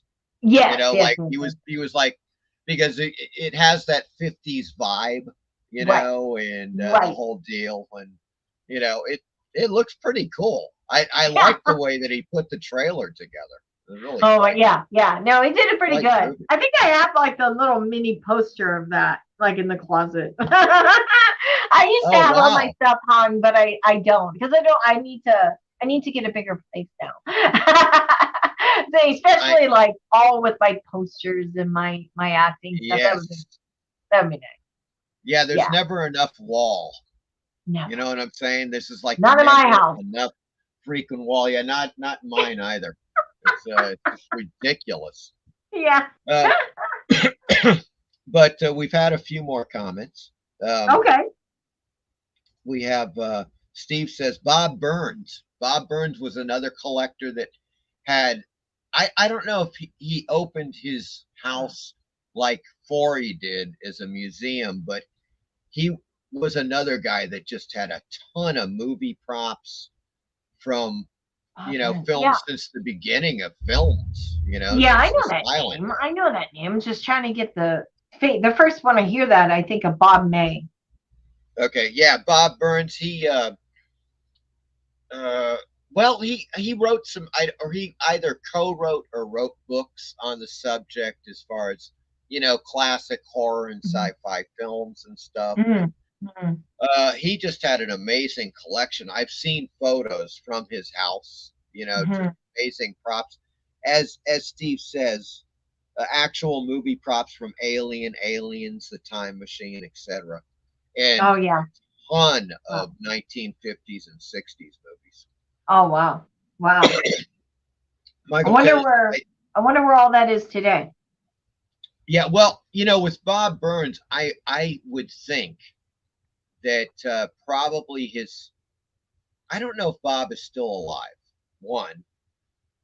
And two, I think that considering his situation, his family would have inherited all that stuff. Now, what they did with it, I have no idea. I have a friend who I haven't talked to for a while, but he lives in Texas, and he has a huge 3,000 square foot house, and every room is a horror movie props, and or sculptures or like masks. I mean, it's a museum. It's a freaking museum. He has actually he has a YouTube channel. He has a YouTube channel, and I should give that to you because he shows all his stuff. It's freaking amazing. Oh, that's great. That's freaking great. amazing. Yeah. Like how much he has. And that was shot a couple of years ago. Like this probably stuff he put on his YouTube channel. I have to I'll definitely send you the link. I'll look it up and send you the link. Yeah, that sounds cool. You'll be shocked. You'll be like, oh my God. Fantastic. Yeah, that's really cool stuff. Douglas says Famous Monsters magazine was great. I also wanted to visit the Acker Mansion. Yep. I never got to visit the Acker Mansion. A big regret. I was freaking in Los Angeles. I was living there for 10 years from 1980 to 1990. And never went to the Acker Mansion. It just didn't happen, Oh my God. And I was who was the guy that played Grimm in Phantasm? Grimm. The Scrim, the guy? What's his name? Angus Scrim. Angus Scrimm is the actor. Yeah. He's the tall man. I went to a birthday party of somebody. Was it Forey's birthday? Maybe it was Forey's birthday. I went to a birthday. I'm sorry. I'm trying to remember this. It was a little restaurant. It was like this Vietnamese or Thai place over in Hollywood, on Hollywood Boulevard in Western. And I went there for, it might have been Forey's 90th or 91st birthday. I can't remember. Wow. Wow. Who the heck it was? Oh my God. I want to say Forey, but I almost want to say no. It was somebody, it was somebody in that Jannar era. This is like years back. God, this is when I was doing conventions downtown LA at the convention center. Oh, okay. And I went with my friend Raven, who sometimes I would have a booth with him. He did a lot of comic book stuff. And so I can't remember. Maybe it was 40. I don't know. It's been too long ago. Is that crazy? Is that crazy that I'm not remembering it? I just remember being there. Yeah, so many things. God, back in that. And I remember getting these little white bowls. I still have some of the white bowls. They had a pile of them, and I was like, oh, I could use these for my when I'm when I'm on set. And I've got the craft services. These would be great to put in a little extra stuff. Yeah. Let's load up the purse. Oh, I bet. Yeah, it was somebody else. Apex is asking where the action figure was made. Do you know what company made it? God, no. Because the gentleman who was the producer sent it to me. And I'm looking on it just to see, and I don't know. You probably need a real good light and glasses to see fine print. It would probably be on the bottom of the base there, if they said anything. I think it says China. China. There you go. It's China. China. What else is new? Yeah, right. Oh my God. Kelvin says H.P. Lovecraft and Robert E. Howard in memoriam. Indeed. Werewolf says cats or dogs. Cats. Cats for Stephanie, dogs for me personally. I mean, I like dogs. I like all animals. But yeah, I was for many years I was allergic to cat hair. I'm no longer, but it was just one of those things where, like, up until I was, I think, at least 30 years old. Oh wow! I would just start, like, sneezing, eyes would water, the whole deal. When I walked into a room with a cat. Yeah. One of those things, man. And now, fortunately, like some allergies, you just grow out of them. So that's what happened. Yes. Steve says Bob Burns was famous for his gorilla suit. Yes, he was on TV for the first King I'm just Kong. curious if Bob Burns has got to be TV show, right? Right. I'm sorry. He probably has. Oh no, here it is. Eric says I just researched. Bob Burns is still alive at 88, and that makes sense. Yeah, that would make him. That would be about right. He would be. Okay. He would be in. I'm sure Bob May passed away. Bob May did a lot of the shows with me. Warning, the robot lost in space. Yeah, yeah. I ended up becoming personal friends with him in the midst of the shows and stuff, and he was such a nice guy. Yeah, and Steve is correct. There are a lot of Ackermansion tours on YouTube. I've seen a few of them. They're really cool. Like, he would just let people in. Like, people would arrive at his house and be like, come on in. Wow. Come to the Ackermansion. I've got like $2 billion worth of shit in here. I know, right? How dangerous would that be today? Oh my God, never. That that was, it's hard to believe, Stephanie, because that was the 80s and into the 90s. Yeah. Nobody ever thought about it. Like, oh my God, he's going to get robbed at gunpoint. Can you imagine Today, how here bad in LA? it has gotten in 30 years that you would never even consider it? You'd never right. consider it today. Yeah, no, you wouldn't want to do that today at all. No. Like at all. Mm-mm. It's a sad statement on society, I tell you. It is. Yeah. Yeah, especially too. when they're hitting people on daylight here in I LA. know. Beverly Hills, yeah. Oh God. Yeah, very bad here. Hey, Douglas Sanguinetti just gave us a $20 super chat. What? Holy Toledo! Now you're rethinking, aren't you? Wow! No, I'm not rethinking anything. That's a little too much cheddar. That is awesome, Doug. Thank you. Wow. I think he talked to everybody, right? Pardon? I think he talked to everyone. He's taught. Yeah, that's the biggest one thus far. Yeah. You're absolutely right. Yeah. Go, Doug. Are you kidding me? Thank you, Douglas. That's fantastic. Woo-hoo! Apex Angus Scrim. Yep. He was the tall man. Boy. Remember we say that in Phantasm? You know, the kid. He's okay. Boy. I just had a memory. It was Forey Ackerman's birthday, and Angus Scrim was present. Wow. That's fantastic. Because I remember sitting at the table with them. Jeez, and I remember I was trying for Tales from the Grave before my mom was doing the introduction to the stories through the crystal ball. We were looking at casting Reggie Bannister to do the introduction.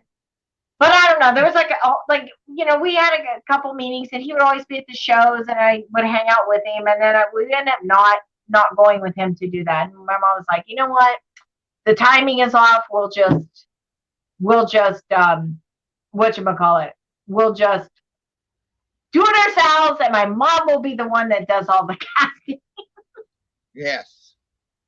That's fantastic, man. She'll be the one that's like casting the stories and the ball and pulling up all that. So she is the one that did that. Yeah, but Reggie, we talked to Reggie to do that because I knew him personally too. Yeah, it's so weird, Stephanie, because I mean I was in the 80s in Los Angeles. All these, you can't really see this, can you? Let me see. I can see it better if I'm on my screen. Let me make it bigger. Okay. Okay, there we go. Now I can see it. Can you make out the books here? Yeah. Yeah, all these books have my films or interviews of me in them. They're film nice. books. And this book in particular is called Keep Watching the Skies. And it is the ultimate book on science fiction films made during the 1950s. It is literally every one. Is that where they made that movie that came out like Starman? No, it's a book. Wasn't there a movie about something in the sky, fire in the sky? Okay, no, this is called Keep Watching the Skies. It's a book on the movies that were made during the 1950s. It's a reference book for films. You see what I'm saying? But then remember the fire in the sky? It kind of reminds me of that. Like. Okay. Well, this was written by Bill Warren, who is a friend of mine, and he hung out in Los Angeles with everybody. As a matter of fact, I ended up. It's the strangest thing. I never actually ended up meeting Forey Ackerman, but he was good friends with Bill Warren, and I went to a party one time. At these guys, there were these guys, Alan Rothstein, who was in the film business. You know, he was a producer and so forth, and he worked with people like Joe Dante and stuff like that. Oh, Joe Dante. And I'm like a teenager when I helped Bill Warren on this book, and I'm in the acknowledgments, the whole thing. Oh, great. In any case, so I went to this party that Alan Rothstein threw, and Bill Warren was there, and and he said, he was like, yeah, I hope that Forey Ackerman is going to be at the party. And I'm like, oh man, that would be great. I could meet Forey Ackerman. You know what I'm saying? I'm a teenager. When I helped him with this, I was 18 years old. Oh my God. And so I go to the party, and it's a great party. It was really fantastic. Unfortunately, Forey could not make it. But are you familiar with Dan O'Bannon? Dan Sounds O'Bannon. familiar, but I'm not sure. Right. He wrote Alien. Oh. He made the film Return of the Living Dead. Okay. One of the greatest zombie films ever made. Yeah, right. 1985. Yes. And a host of other things. The guy was just an incredible filmmaker and writer. And he was there.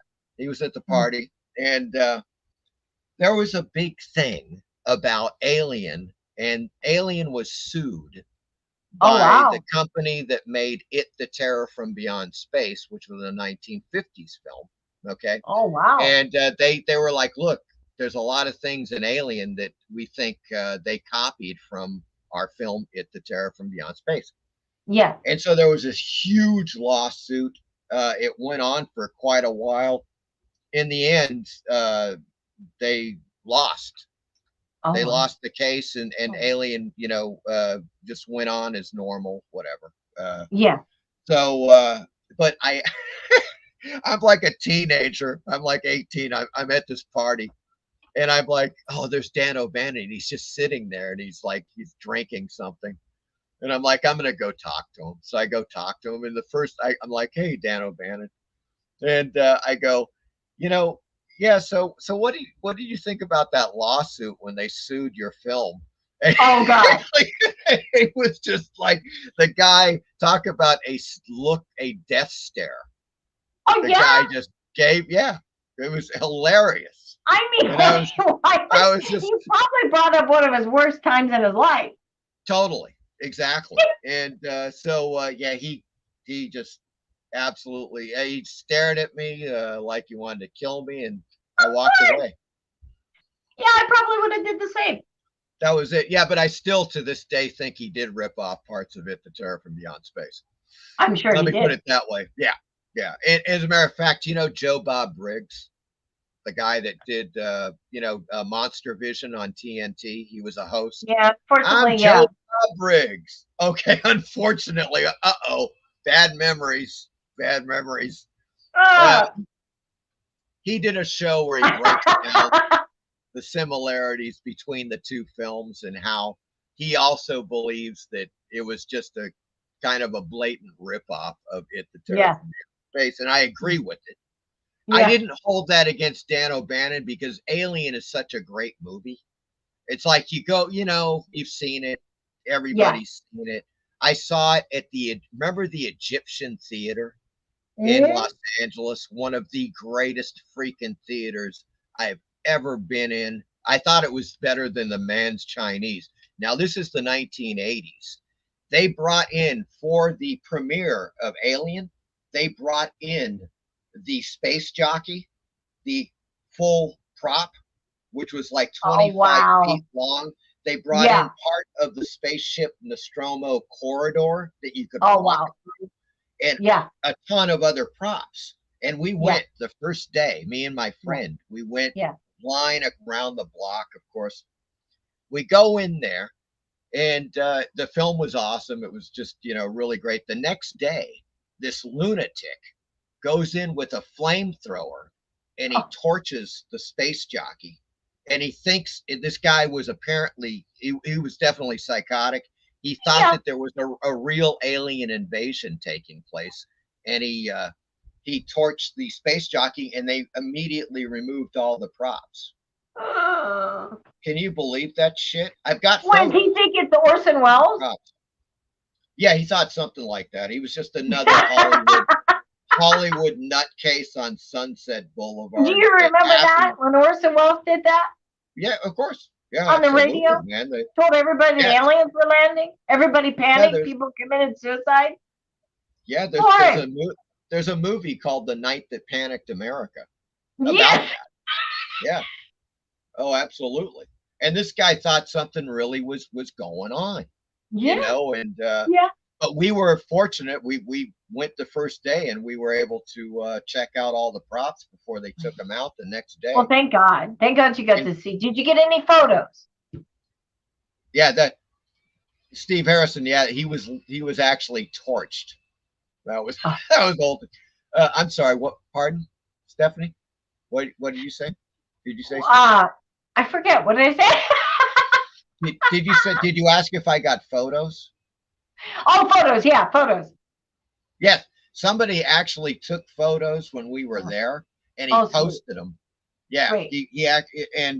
so he ended up posting them online, and I have them. I saved them. It's just Yeah. insane. You walk into the Egyptian theater, which is at that time it was fantastic. It's probably a shithole now.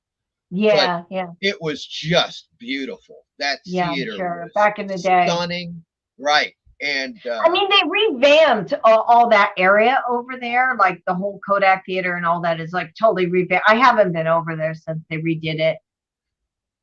oh wow, So Yeah. they did revamp it. I'm did sure they did. Just like Okay. oh God, what's some of the, well, of course you have the main one, and which is the Chinese Man Theater. That's all redone. And then you have the God, there's a little theater where they have premieres at as well. And I'm wondering if that isn't the Egyptian theater, but it's got a different, I feel like it has a different name now. I don't know. I have to do, we should Google it. What you mean the I Egyptian? live here and I don't even, it's like when you live here, you don't even care. It's like, You mean the Egyptian theater?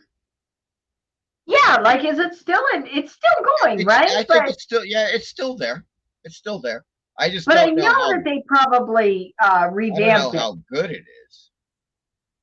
I know.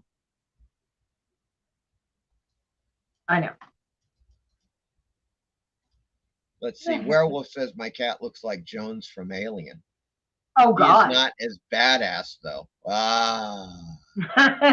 Oh, Eric is I think left the building. Good night, Eric. Thank you, sir. Oh We wow. will see you. Michael Taylor says, Mike, I think I remember you telling that story. Yeah, I did mention that on another show. The whole Dan O'Bannon scenario. Hey, look, I was a teenager. What do you want? Let's see. I think that was it. Okay. All right, folks, without further ado, guess where we're going? We're going Straight to Tubi hell. land. Straight to hell. Yeah, that in straight to hell this time means Tubi. That's where we're going right now. Let's take a look. I'm going to my list, and we're going to go down. Yeah. Okay. Now what the heck? Okay. Well, that's good. That's good. This is good. And I'm going. Oh shit! That was the wrong one. We got to share the screen. That's what we got to do right now. Here we go. All right, we're seeing that right now. Now, as you can see on there, we start off with, of course, Serial Killer Massacre. Now that's going back. That's going back. Yep. Oops, there's some cleavage and breastage on the. Yeah, that's 1997, right there. Let's see. The description is when a serial killer meets a seemingly nice woman, the two fall in love and launch a killing spree, turning into the world's most vicious couple. There you go. And you're in it. You don't last. I mean, you're in it for a bit, but you get killed. Yeah. Spoiler alert, folks. Yeah, but that was the first one. I watched them in order. I watched that, in chronological order. I watched that one, then I watched Witchcraft 9, then Witchcraft 10. So, and that brings us, of course, to Witchcraft 9. There we go. Yeah, Witchcraft 10 was shot in London. Oh, I'm sorry. No, yeah, Witchcraft 9 is not on Tubi. Witchcraft 10 and 11 are on Tubi. So there's 3 of your films on Tubi. Yes. So we have Witchcraft 10, which we saw. That's a bit. There's a bit of that in. Well, there's a bit of both of them in the trailer, right? In that trailer, there's Witchcraft 10 and 11. Mm-hmm. And it says, when bisexual bloodsuckers spring a Satanist from behind bars, a tough LAPD detective teams up with Interpol agents to stop the Craven cohort. There you go, right there. And that was 1998. Yeah. Witchcraft I was 10. filmed in London, 97. Okay, this one was filmed in London in 97. And yeah, this is the one with the vampires, the vampire women.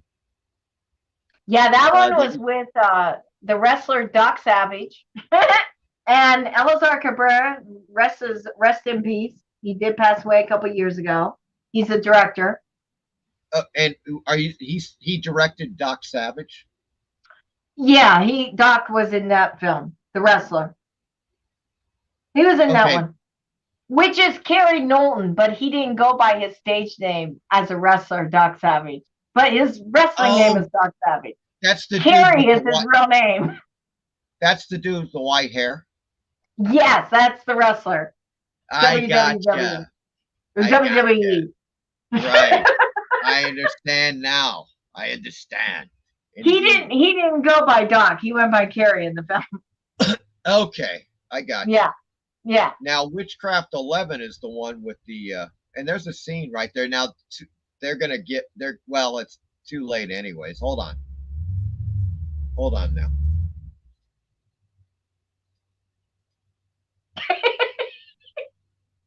Let's see if I can get, sometimes it'll play sometimes.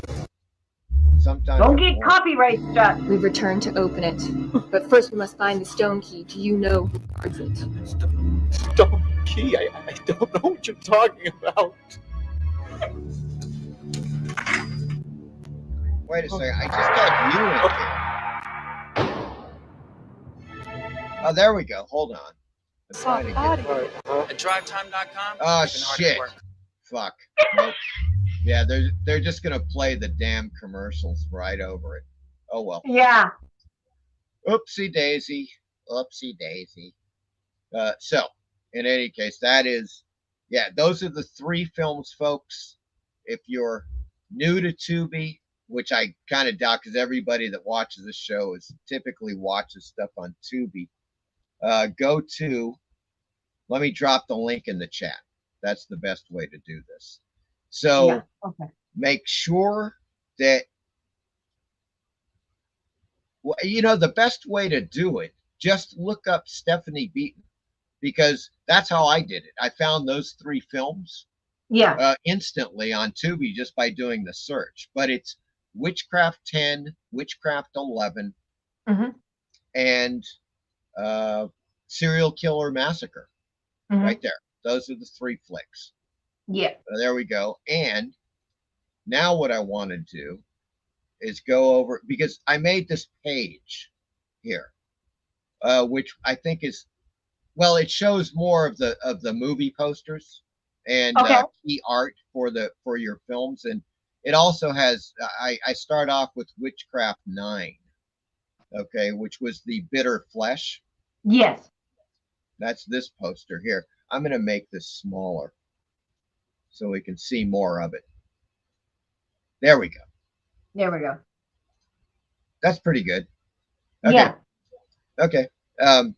So there's Witchcraft 9, and do you have any fond or unfond memories of Witchcraft 9 and working on that one? Actually, that one, no, it was good. It was good. Okay. I remember when I booked that film, I think after that, I started booking films one right after another. Like, I never went back to my acting class. I paid for it and I never went back. I didn't have time. Yeah, because I mean that was 97, right? That was had to yeah. been, Well, because, actually, I shot that in 90. I want to say 96. I think it was Oh, right okay. after A Naturally Born Killer. Oh, I gotcha. All right. So it was And I actually sent you shot the in link from 96. what Ross had put on his YouTube channel for A Natural Born Killer. Oh, Right. Okay. And yeah. so that was tech. It was released in 97. And Yeah, then correct. Witchcraft 10 and 11 were released in 98. Or at least that's what it says on the IMDb. Anyway, Yeah, probably. I don't. Probably. Yeah. I don't know. It's like I was in London. It's usually a year later, then it gets released. Oh, I got you. Okay. Jerry, Yeah, Jerry, it really, yeah, it depends. Vista Street. Jerry from Vista Street is the one that did all the witchcraft. Right, right. And this was Witchcraft 10, Mistress of the Craft. Yes. And this is just like a horizontal, I mean, I'm not sure what the deal was. The poster they had was not very good on Google. No. But I love this, whoever did this. It's just better, more effective, if you will. And now this they kind Witchcraft. of kept the logo the same, if you notice. Yes, which is a good idea. That's what you want to do. I remember they contacted me to audition for Witchcraft 12 or 13, and I was like, really? Now I got to go audition for the Lutz role? What? No. I was like this. No. Yeah, really. I'd give him the double finger. Oh, yeah. Now. Are you kidding? You already were established as Detective I was in 3 of them as Detective Lutz. Yeah. And then all of a sudden you get some other girl as her, and then you want to bring me in, and I got to audition for the part that I already was in 3 of them? You must be high. Right. That's ridiculous. Well, you know how Hollywood is. They want to bring you in, make sure you're not fat, make sure you're not, this or that or whatever. Yeah. It's pretty bad. Pretty bad in Hollywood. Werewolf says, where in London, Stephanie? Maybe I've been there. Because he, of course, is originally from London town. Yes, I stayed in Elazar's flat, which was in the heart of London. And then we shot there, like we had locations in the heart of London. We also went to Kent, and we also shot at Elstree Studios as well. So I'm sorry, what was that? Elstree? Elstree, where they shot Star Wars, Elstree Studios. Oh, Elstree. Elstree. Let me get the correct spelling of it. Hold on. Elstree. I'm sure he knows what I'm talking about. Studios. Yeah, so it's ELS as in Sam, TREE, like L and then street. Film Studios. Okay. Yeah, so we filmed there, and we filmed in Kent. We filmed at an abandoned orphanage. It was huge. So a lot of the end scene with the vampire and doing the steak and all that was filmed at the orphanage. Freezing cold in October of 97. Ooh, I bet. Yeah. Okay. Let's see. There was somebody else said it. Sorry. I think Captain missed something there. He says, sorry, I stepped out for a minute. So Stephanie was a pro wrestling manager? Oh, hey, no, but I did do a wrestling gig with Steve Gans, which is Mad Dog Gans up in Chicago. So I flew there to Hammond, Illinois, and did a wrestling show where I was his valet. Oh, wow. There we go. Yeah, so I did that. And Werewolf says Kent is just outside of London. Very nice area. Star Wars was filmed at Elstree. Yeah, Elstree Studios. Yes. Yeah, Elstree. Elstree. That's kind of a weird name. Okay, Elstree. All right, there we go. Yeah. So there we have it. Oops. Hold on one second. Sure. Okay, there. Okay. All right, now let us go on to of course, there's the classic VHS box cover for The Crawling Brain, which I love. Now, that's you getting attacked by the crawling brain. Yeah, that's the poster I have. That one there, yeah. That's a damn good poster. I know, right? That is nice key art right there. I think that really works well. Yeah. Very, very good, and very, once again, reminiscent. It's got that Fiend Without a Face vibe to it. Exactly. Which is totally cool. I'm gonna have to seek that one out, no doubt.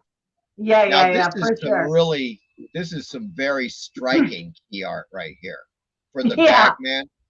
Really well done. Like, that one was really good. That one was really good. I like that box art. Yeah, it's very, very good. Very good stuff. And that the Bagman was circa 2002, right? Yes, I filmed that in 2001 and then distributed it in 2002, and now it's picked up by another distributor I actually haven't talked to for a while, so I need to reach out to him. Oh, okay. I need to reach out to him because he took on that one in my other film because, over time, you only have like a 5-year run with the film. So, right. The time was up. It was free gamut to take. Okay. Mm-hmm. Okay. So, and let's see. Now, this one, this is the one, the eyes, you'd mentioned this, the Eyes of the Werewolf. Yes. Actually, the distributor who distributed the Bagman and Evil in the Bayou was the same folks who made Eyes of the Werewolf and V-World Matrix. They did the 3D movie. So Eyes of the Werewolf is a 3D film, and so is V-World Matrix. Okay. So there's that. So if you got your glasses on, you get to see my boobs coming at the camera.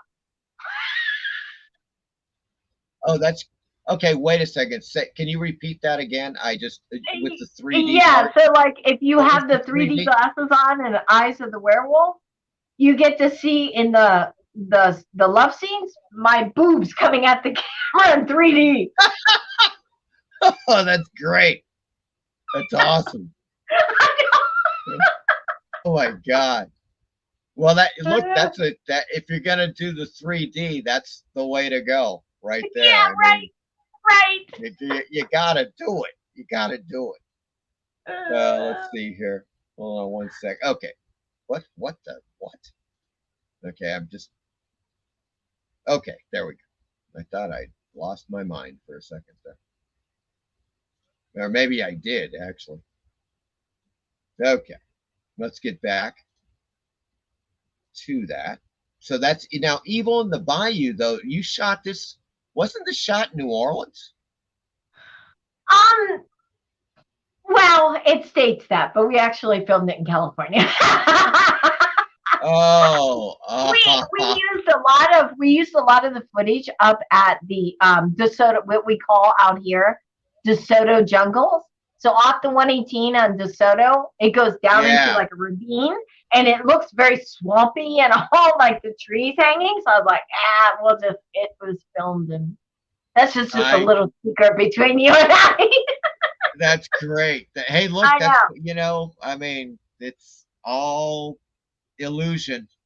That's what it is, Yep. And I've got something. Let's see here. Oh, we've got a few people okay, more chat action has happened here. Let's take a look. Oh, good. More chat is always good. Yes. I love the chat. Werewolf says, I had crawling brain for breakfast. Sorry, I meant appalling bran. Okay. Werewolf says, how many movies did you actually survive? Okay. How many movies did you actually survive, Stephanie? A lot, actually. A lot. Well, I mean, I think he's just saying, how many movies did you make? Oh, how many movies did I personally make? Or how many movies have I personally? Okay, I've done through my company 4. How many films have I been in? Oh, yeah. How many films have you been in? Yeah. Oh, You you said know, like around 50, right? yeah, like around 35 to 40, Okay. 50. Yeah, I don't know roughly about that. Well, I know. at least dozens. We could Oh say dozens of yeah. movies. Definitely. Yes. Definitely. And Okay. worked on other people's stuff, either as a director or special effects or producing. Right. Right. Yeah. Gotcha. But as far as acting, probably about like 30, 40 films. Yeah.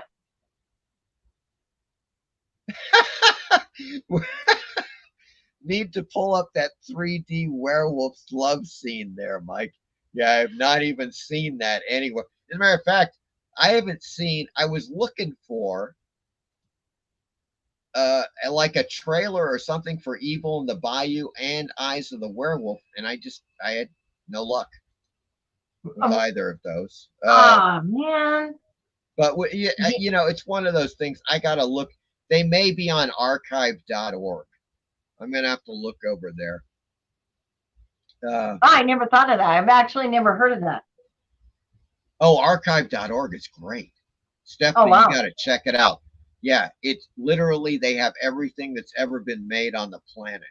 Oh, no way. Oh, I definitely have to check it out. That's what it is, man. It is. Because there are some older horror films that I really enjoyed. Oh, okay. This is weird.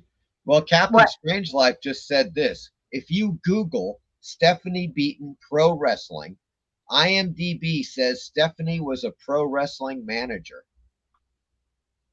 I never was a pro wrestling manager. Somebody added that to your IMDb, Stephanie. No, they've taken over your IMDb. IMDb doesn't have everything. And sometimes people add stuff, and it's so weird how you can add it. Like back in the day, it was easier to do stuff like that. Now I think it's a little tricky. Well, that's true. I think it's a little tricky because they make it harder now. Yeah. Well, don't they make it like you have to have an account, like you have to pay to be able to view, or not view, but like post and stuff like that, where before it was free? Well, you can submit stuff to them without being an IMDb Pro member. You can submit. It doesn't mean that they're always going to post it, though. But you can submit stuff to them. Yeah, I've done that. I used to be a pro thing. I used to have an account because, especially when I was heavily doing the movies. Of course. Then I just dropped it. You know what I'm saying? It's like at some point it becomes worthless. I know. So I got all my. When you have the pro account, you can add all of your posters and stills and all that shit, and it's great. Right. What the hell? Werewolf by Lunchtime says, "Is this the most fun you've had on a Friday night, Stephanie?" You know what? Yeah. There you go, folks. Another testimonial. The Horror Mike Show. Spending time with Mike is always a pleasure. Dun, dun, dun. There we go, folks. Oh yeah, Werewolf says, "Sorry, I meant Saturday morning, where he is." Oh, that's right, because he's in Australia. He's like 19 hours ahead, right? 18 hours. He's in the future. He's in the future.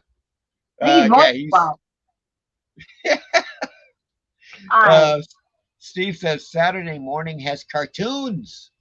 Well, it does, or it used to, anyways. Used to have Bugs Bunny. Yeah. Not anymore. Hold on. Let me just. Oh shit. 10:30. Yeah. 6:30. It's 6:30 here. I think I fucked up. What'd you do?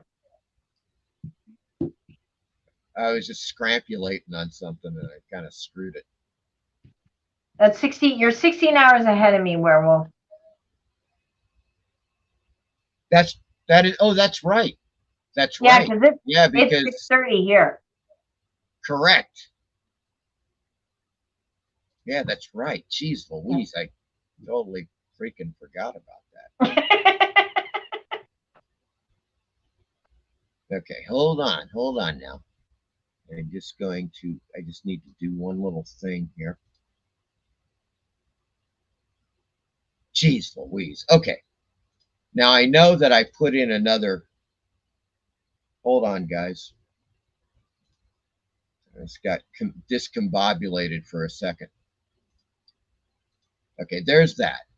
Now, so let's go back. I'm going to go back to Tubi for a second. Okay. I think this is the one. God. Hopefully it'll, there we go. We're back to it. Yay! That's showing it. All right, so what I did is I just did I added movies, and I know you've seen some of these movies. Okay. There's no doubt about that. Okay. Some probably not, but I thought maybe we'd take a look at them. There's this 1987 film called The Curse, which is. Wait a minute. Is that the one with the bottle and the woman that was in the train and there was a kid? Yes, that's exactly the one. And she had the bottle and she would cut the blood into the bottle. Okay. Remember the mouth of the bottle? It's on a farm? I think so. Okay, because this one is okay. Remember the guy Will Wheaton from Star Trek? Wasn't Did you ever see that? He plays was the Will kid. Wheaton and the Lady in White? No, that was another guy, but he looks very similar to that guy. But it's not Will Wheaton. Right, but Will Wheaton is the kid in this one, The Curse. Yeah, After he was a in meteor. Stand By Me. Oh, go ahead. Yes, you right on the money. And Star Trek. And Star Trek. Yeah, I think that was Star Trek: The Next Generation, right? Correct. Yeah, okay, gotcha. Yeah, this is actually kind of a little bit of a loose adaptation on H.P. Lovecraft's story, The Color Out of Space. Oh.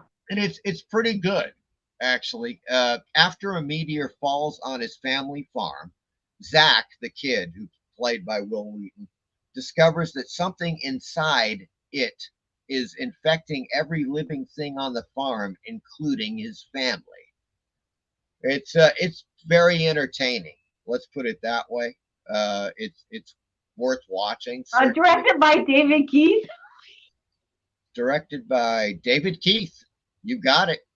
Yep, he directed that one. Amazing. Oh, David Keith. But it gets better. It gets better. Yeah. Hold on now. All right.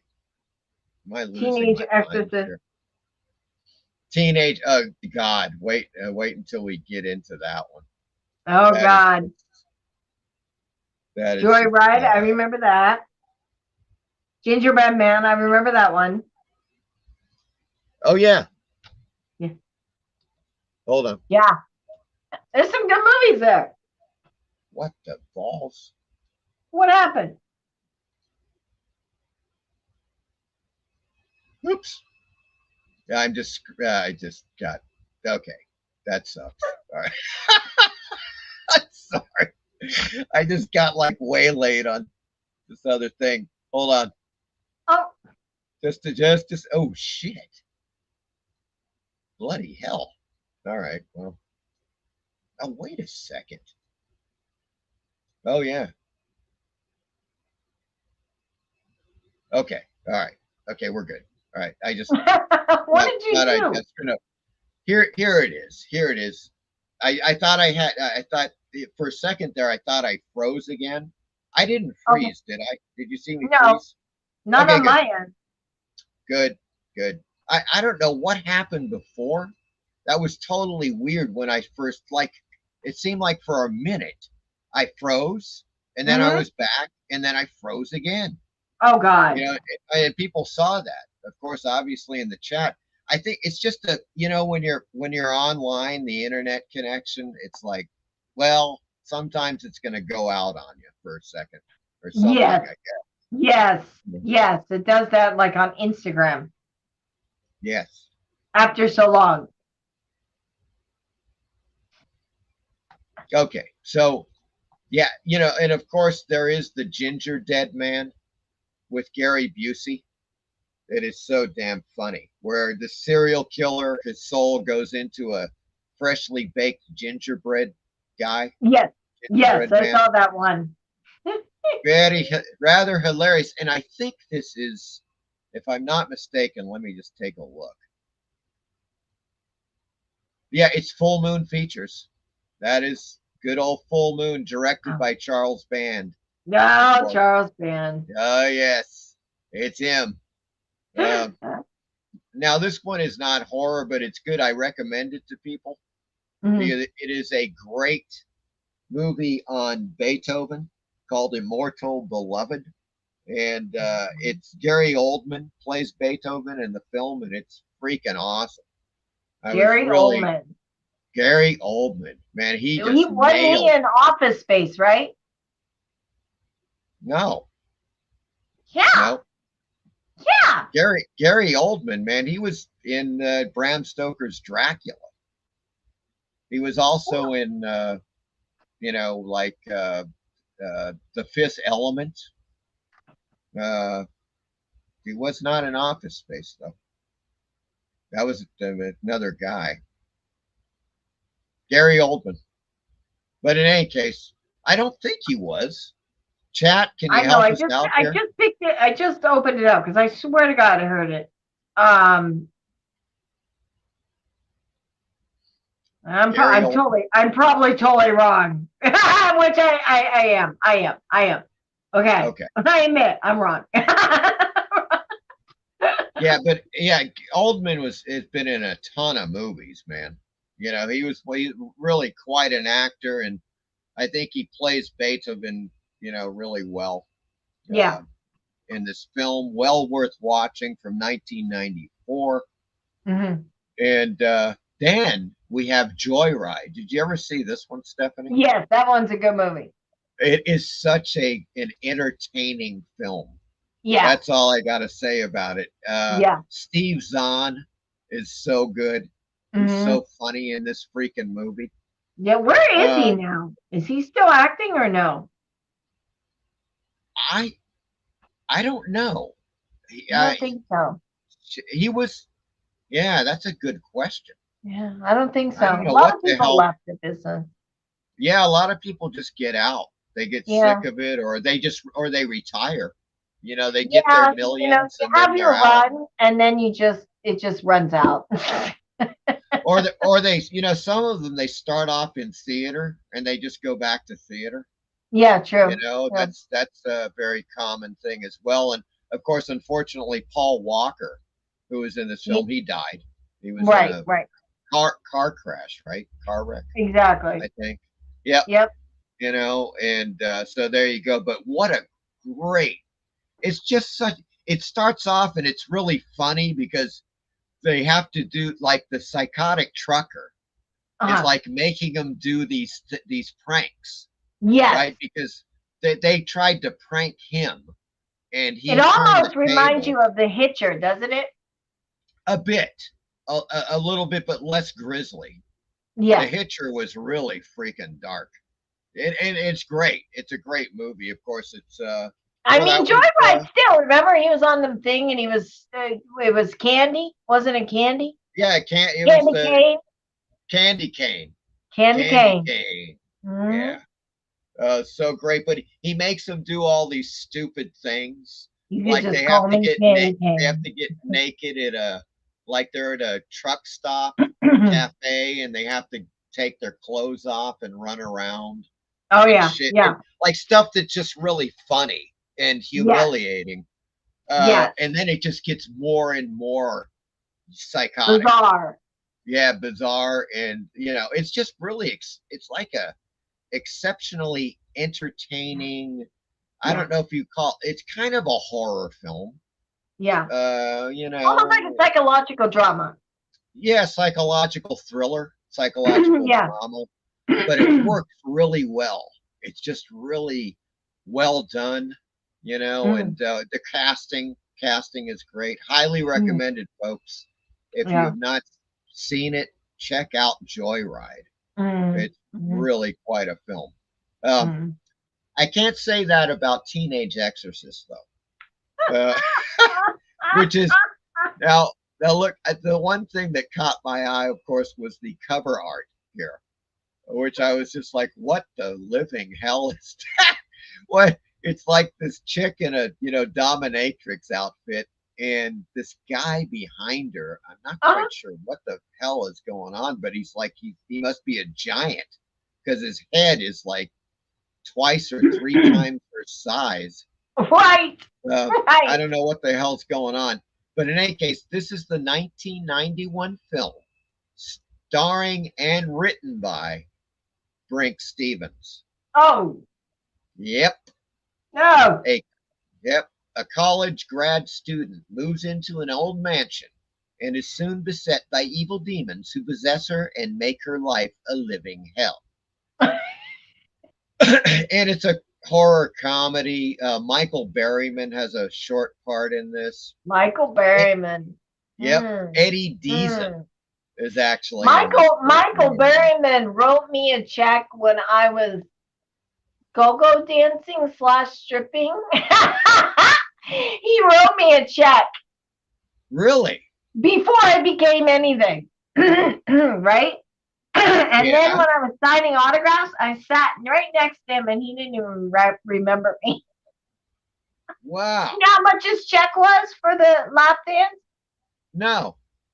$15. And what time was this? What year was this? 1995. Well, that would be like $50 today, I think. I don't know. I'm not quite sure. But he wrote you a check for it? A check. That is okay. That's odd, I must say. I've got many stories in the Naked Valley. That is a trip. That is a trip. I was like, really, Jen? And then literally when I was downtown LA at a theater, they had some screening of something. And I was outside with my table. They had me come down there. And Michael was like, the table next to me. And I'm like, that mofo don't even like recognize who the hell I am. What? And yet he's such a yeah. Good God. Yeah. I cannot believe that he wrote a check. That is so bizarre. Yeah, hills have eyes, guy. Hills have eyes. The hills have eyes. That is the guy. Yep. And he looks like that in real life. Oh, he does. Yeah, that's him. Well, I mean, that's him. That's him. There is no makeup on him. He looks like that. Yep. Yeah, he suffers from a condition. Mm-hmm. Actually, he's got a thing where he has he had trouble with doing various scenes in The Hills Have Eyes because of the heat. He cannot be in direct sunlight for a long time. Yeah, like a skin condition. Stuff like that. Yeah, skin condition. He's a quiet guy, but it's just so bizarre that he gave me a check. That is so weird. And I think he did that with a couple other girls too, because he just didn't have cash. Well, I mean, look, it's at the time, of course, check writing was common. Yeah. So I guess it wasn't. I just think like when you think in terms of today, you're just when you're going to. Yeah. The strip bar. Yeah, maybe the next time I go to a strip club, I should bring my checkbook. Yeah, maybe you should bring a checkbook. Oh God! Make it rain with checks. Yeah, just stuffing checks in the thong, whatever. Oh my God, that is just classic. That is just totally. And also Eddie Deason. Remember that guy, Eddie Deason? No. Deason. Yeah, he's the guy that he's almost like a young Jerry Lewis, and he talks like, "Oh, hi guys, how you doing?" And he wears glasses, and he looks like he kind of looks like a geek, Like a Gilbert Gottfried? kind of, but geekier. Geekier is what I'm saying. Steve said he's signing out. Bye, Steve. Thank you for See ya, coming. Steve. Have a good one.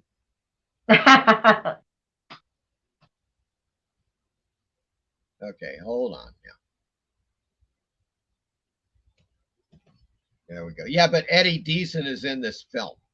I guess that's what I was getting at there. He comes in like halfway through the film. Mhm. And he how should I say this? He's kind of like it is a horror comedy. So there are comedy elements throughout, but he's brought in as kind of like a ringer to make the film like even because he's a pizza delivery guy, but he ends up like trying to exorcise Frank Stevens because she's possessed by a demon. And I have to see this movie. I'm gonna watch this. It's on Tubi, folks. Yeah, I'm gonna look it up. It's Teenage Exorcist. I think that I don't know what to say about it. It's worth watching. It's worth watching. I'm not quite sure why. Let's just put it that way. But maybe just for laughs. Yeah. I mean, there are a couple of funny scenes in it. It's not a Fright Night, though, huh? No. No, it is not a fright by any stretch of the imagination. Yeah, I love Fright Night. It's like maybe it's like a $5 Fright Night.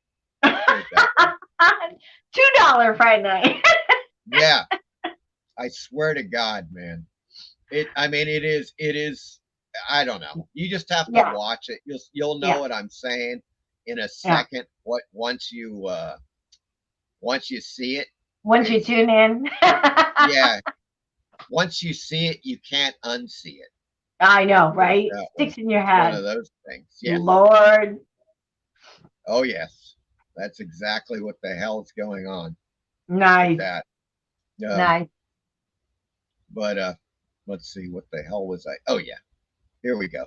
So we're on with, of course. Well, we were just talking about this, Stephanie. What's that? Pumpkinhead. Oh Pumpkinhead. yeah. From 1988 with really good movie. I love Lance Henderson. I do too. I love him. I think he's freaking awesome. Yeah. And I think Pumpkinhead is one of his greatest performances.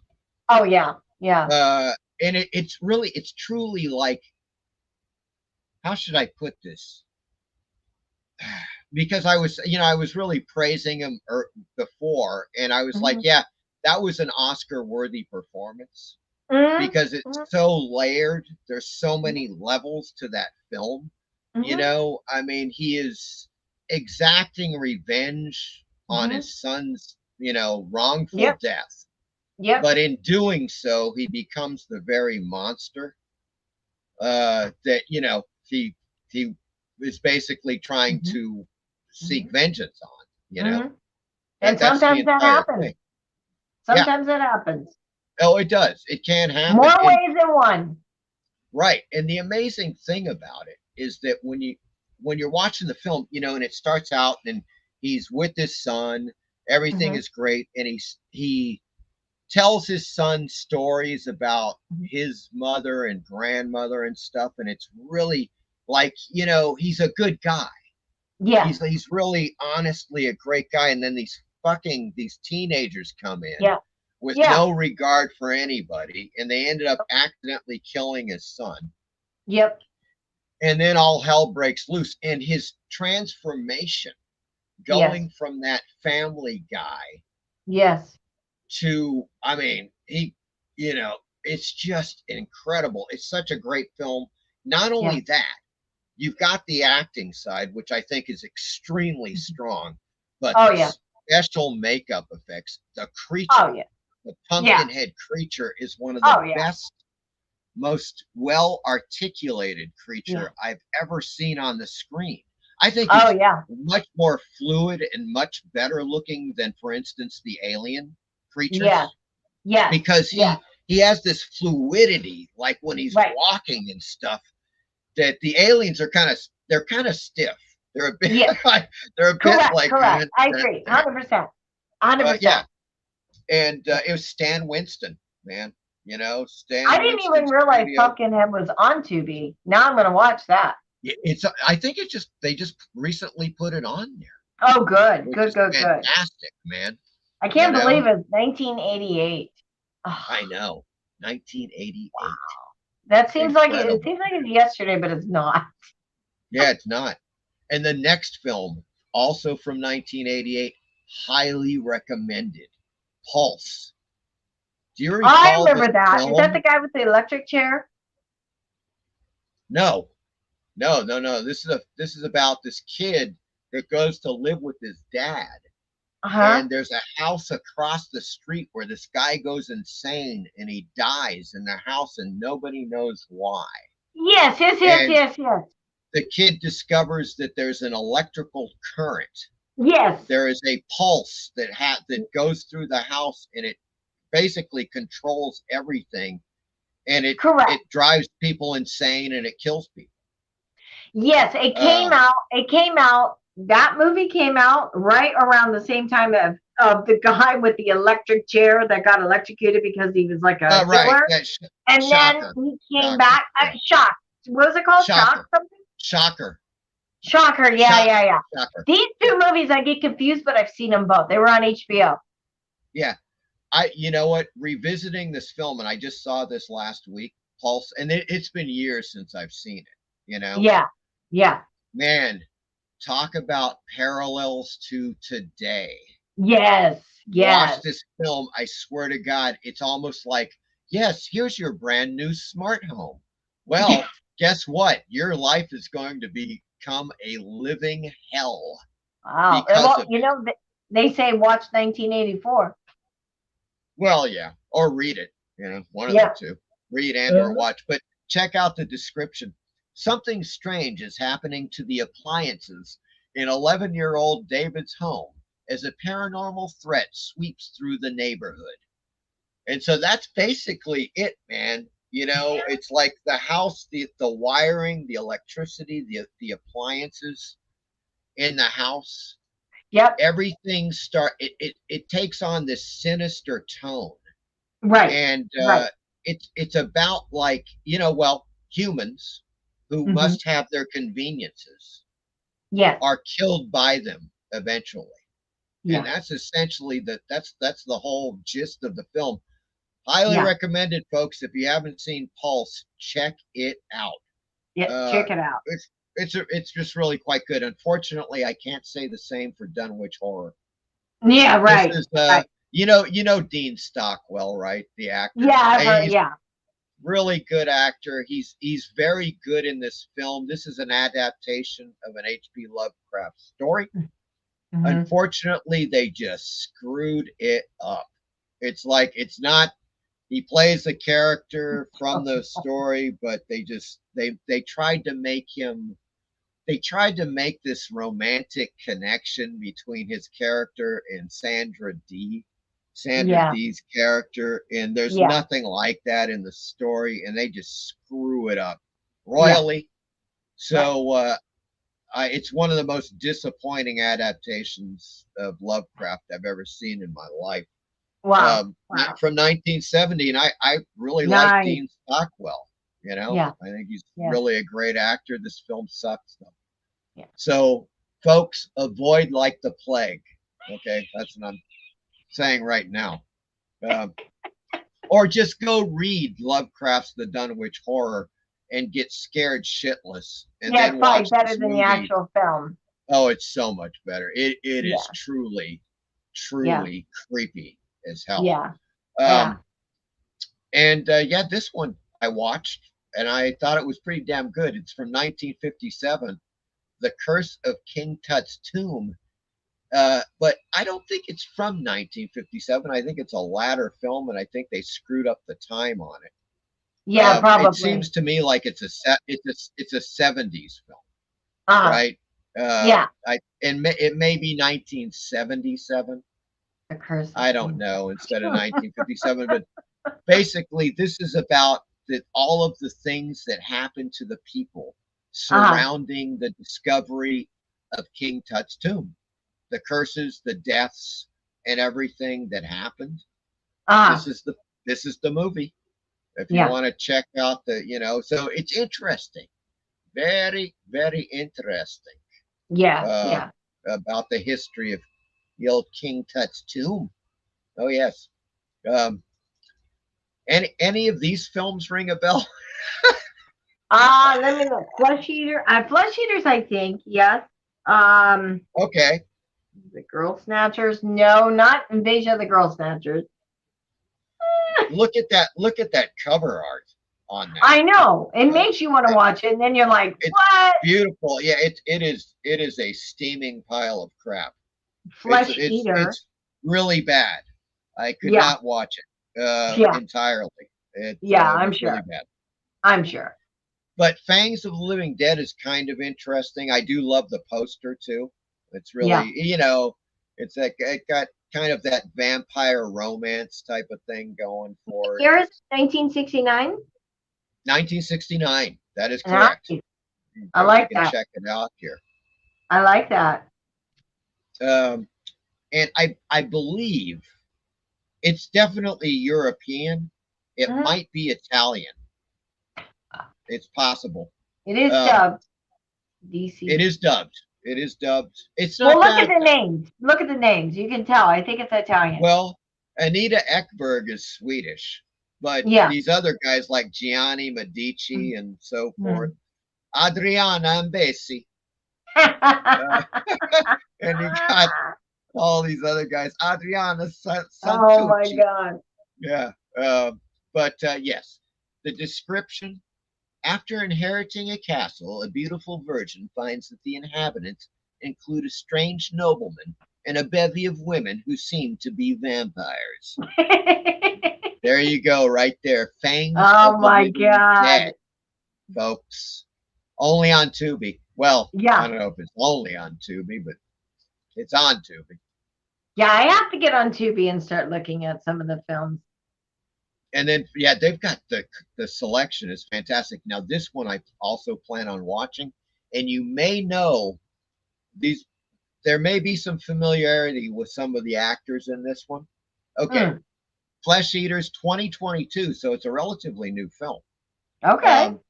When women go missing in a swamp, their search party enters a world of mad scientists and ghastly beasts in this throwback to the 1970s drive-in features. That's already got my interest. Oh yeah, of course. But George Stover, does he 1 ring a bell? hour and 6 minutes. Yes, 66 minutes. Who Come does on, man. a full-length feature film has to be 78 minutes? Well, nowadays, Right there tells you it's bad. well, that's the whole thing. Now, Stephanie, this is when they make the excuse by saying 70s drive-in features. A lot of those 70s drive-in features would be around an hour and 10 minutes, because what they would do is they would show like 3 of them in a drive-in. Yeah. In one I remember sitting. the drive-in back in Ohio. Oh yeah. Oh yeah. God, we used to go to the drive-in all the time, man. Right? Yeah. They're freaking fantastic. Yeah. I think they still have one out here in California. Yes, they have here in Torrance. They have a drive-in. Yeah, Stephanie. There's actually I Unfortunately, believe, they don't have the mic. You have to like put it on your radio to listen to the words. Oh. Yeah, you have to tune in. That's right. You tune in. That's exactly what the modern ones. Right. Exactly. Yeah. You've got it. And the thing is that they when the pandemic hit, they came back. The drive-ins came back in 2020, and they just started popping up all over the place. And some of them never left after the pandemic. So now you've got like dozens of drive-ins around the United States that are active. Which is nice. Still. It's nice. Oh, it's great. Yeah. It's Yeah. great. I love the whole drive-in atmosphere. Yes, It's me just, too. you know, Me highly too. entertaining. The Yeah. thing about Flesh Eaters that I wanted to mention is that George Stover and Liana Chamish, Uh-huh. which are two recognizable names for me. Check it out. I'm going to click on Stover here. Okay, here we go. Here we go. Now, George Stover also, there was a filmmaker in the 70s and 80s, Don Dohler. Man, Don Dohler, Don Dohler, Don Dohler, Dohler. And he made Night Beast, this film right here. The Alien Factor, which I think is in here. Nope, it's not in here. But in any case, he also came out with a magazine called Cinemagic. And Cinemagic was eventually bought by Starlog, which also made Fangoria. Yes. And okay, so Cinemagic was the magazine for filmmakers. It was all about doing low budget special effects, whether they were like, you know, screen effects, optical effects, or special makeup effects. Yeah. And I still have like 20 issues of it because the stuff is indispensable for making really cool looking effects on almost no money. Yeah, right. That was the thing. So Don Dohler, not only did he make movies, but he made this incredible magazine, which was indispensable for us filmmakers back in the 80s and 90s. I remember that magazine. Oh, it's fantastic. I remember it. Cinemagic, folks. So those guys, George Stover and Liana Chamish, were part of the Baltimore film scene, along with John Waters. Okay. You know, John Waters, Pink Flamingos, Desperate Living, right. Yeah. And George Stover plays the priest in one of Waters' infamous films. And I want to say it's possible it was Pink Flamingos. Oh, okay. But there's George Stover, you know, that's my connection. In other words, you know, there you go. But he is also in this film Flesh Eaters, which I plan on watching. Okay.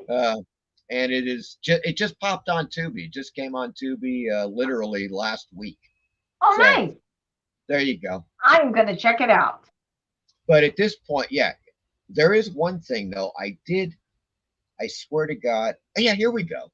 Here we go. If you don't mind, I did add a couple of trailers. Let me ask you first, because I have the trailer to The Crawling Brain, and I also have the trailer to Witchcraft 10. Okay. Do you any preference?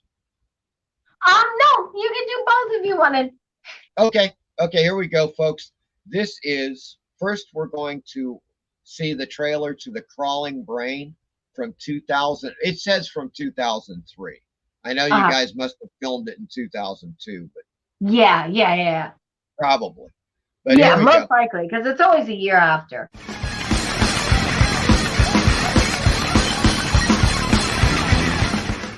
Years ago, I realized that I would regularly need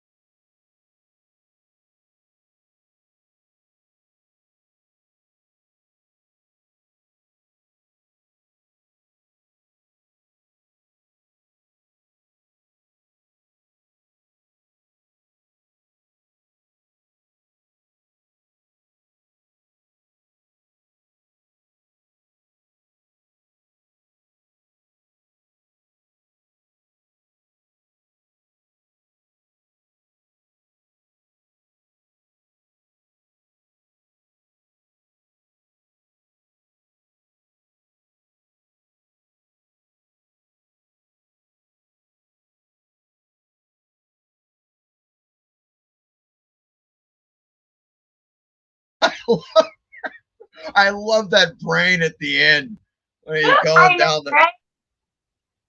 going down the road. I know, it's classic.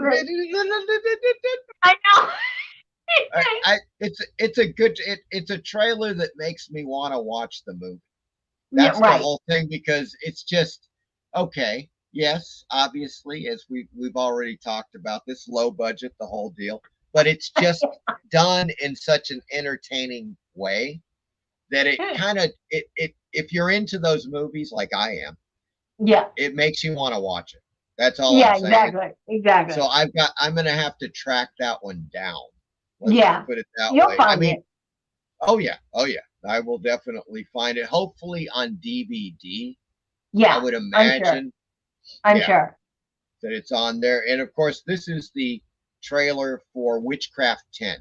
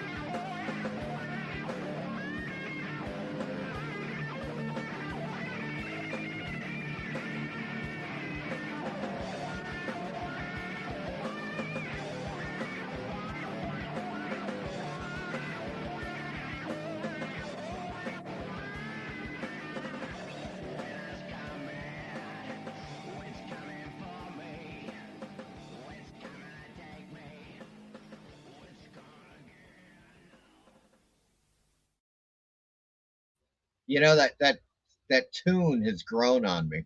I like that. I like that song. I wasn't sure when I first heard it, but it's actually pretty good. And it kind of grows on you after a while. You're like, okay, all right, I can get into this. Exactly. Now Douglas has come in. He says Stephanie needs to write a book. She has so many great stories. Now there's an idea. Yeah. And I've thought of many years ago about writing a book, and it would be called Silent Scream. There we silent scream. There we go. It would have like some probably detrimental things to a lot of people. Well, you could make it a tell-all. One you of those. Could. Woo! Let's see here. Okay, Fright Night. The original Fright Night was good. Yes. The original Fright Night. Yes. Oh, Near Dark. That was a good one. The second one was like, it was okay, but if there's nothing else to watch, it was okay. Yeah, exactly. So many sequels are like that, Yeah. Shocker, of course, that's what we were talking about earlier. Yeah. Creepy Pasta Poet says, I love your story, Stephanie. Thank you. Kelvin says, the Dunwich Horror, it's okay. Well, yeah. Let's see, what the hell's going on? Oh, Douglas says, we still have 2 drive-ins open near me. Wow. And I think he's in Ohio. Unheard of. Okay, that makes sense. In Ohio? Oh, yeah. Ohio is it's a hotbed of activity for a ton of stuff. More horror hosts come out of Ohio than I think any other state in the union. We used to watch Big Chuck and Houlihan when I was a kid. You know what I'm saying? Oh, yeah. There's every Friday night was pizza night. There you go. That's it. Watch the horror movies. Yeah. Oh, yes. Kelvin says, I prefer the movie theaters. Well, it just depends. It really depends on the movie. Yeah, true. And I guess on your date as well. Yeah. Right. Creepy Pasta Poet says, love the drive-in. Yeah. Werewolf says, thank God for incurable diseases and the drive-in. There you go, right there. There's some good drive-in movie docs on Tubi, yes. Yeah, great documentaries on Tubi, no doubt. Oh God, yeah. I'm gonna check it out. I need to get on Tubi. Maybe this weekend. It's just so good. Melissa Morales says, I like the effects a lot. It does make me want to watch it. I think she's maybe referring to the brain. I think the crawling brain, yeah, because I've seen that come brain. I think so, man. Yeah. That's another part of it. I think they do a pretty good job. Yeah. Werewolf says, by the time you read this, you will be on Australia time. I know, right? Werewolf, by the time we read it, it'll be tomorrow morning. It is going to be tomorrow morning. I know we're about to wrap it. Is this the longest you've done a live stream or no? No, I've gone about 6 hours on one. Oh my! Don't you have to pee after a while? Because I have to piss like a racehorse right now. Oh sure, I just play a video. Oh, okay, there you 2 go. minutes long and go pee. Yeah. Werewolf says, I seriously need to watch these witchcraft movies after my wife's gone to bed. Yes, that's a good idea. Yeah. Witchcraft 10, very nice, says Michael Taylor. Witchcraft 10, old school, says Kelvin. Creepy Pasta Poet says, that's funny. Michael Taylor, unfortunately, didn't go to drive-ins growing up. And there we go, folks. Okay, I'm going to get rid of that and bring us back up.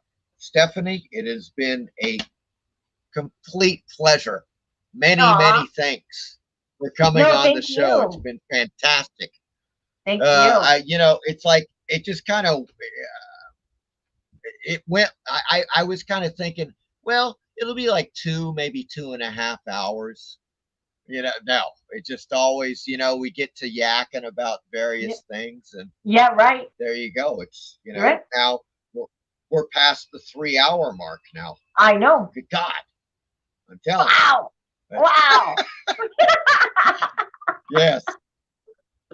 But folks, once again, just so you don't forget, I'm going to do this one more time because you got to. I'm dropping it in the chat right now, folks. That is Stephanie's Scream Queen channel on YouTube. Right there. I just highlighted it. Go check it out and subscribe. You are going to love it. Michael Taylor says, Stephanie, you are very beautiful. Fun having you on the show.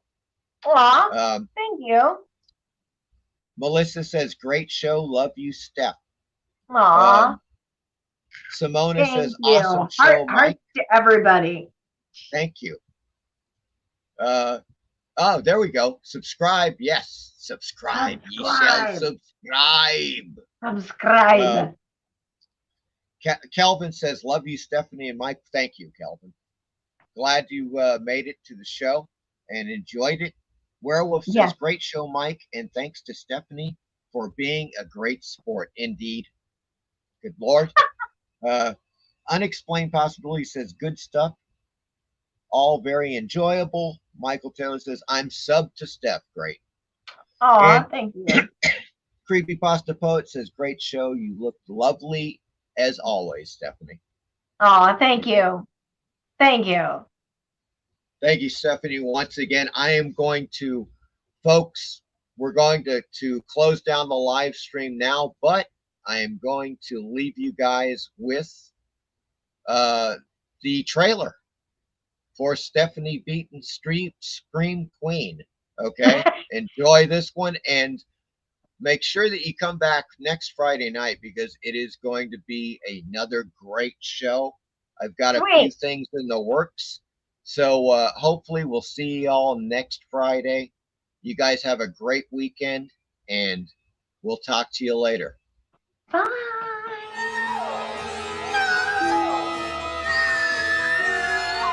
It's a pity you're not going to eat me alive.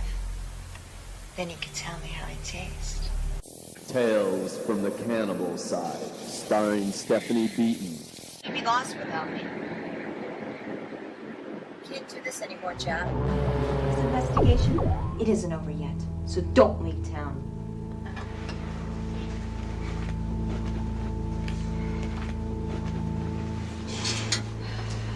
Well, what do you think? There's something about all this that I don't like. Maybe your bra's on too tight. I think we should rule it an accident and close the case. This black magic angle, it feels really bad to me. Oh, and, watch the sexist shit, or else you're gonna be looking down a harassment charge. You know, I got a bad feeling too. Just my hemorrhoids.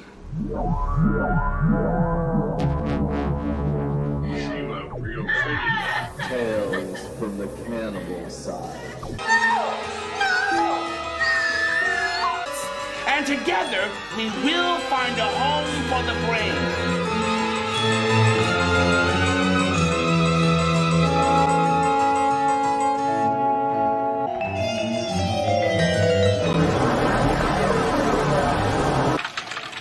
Writing a letter home?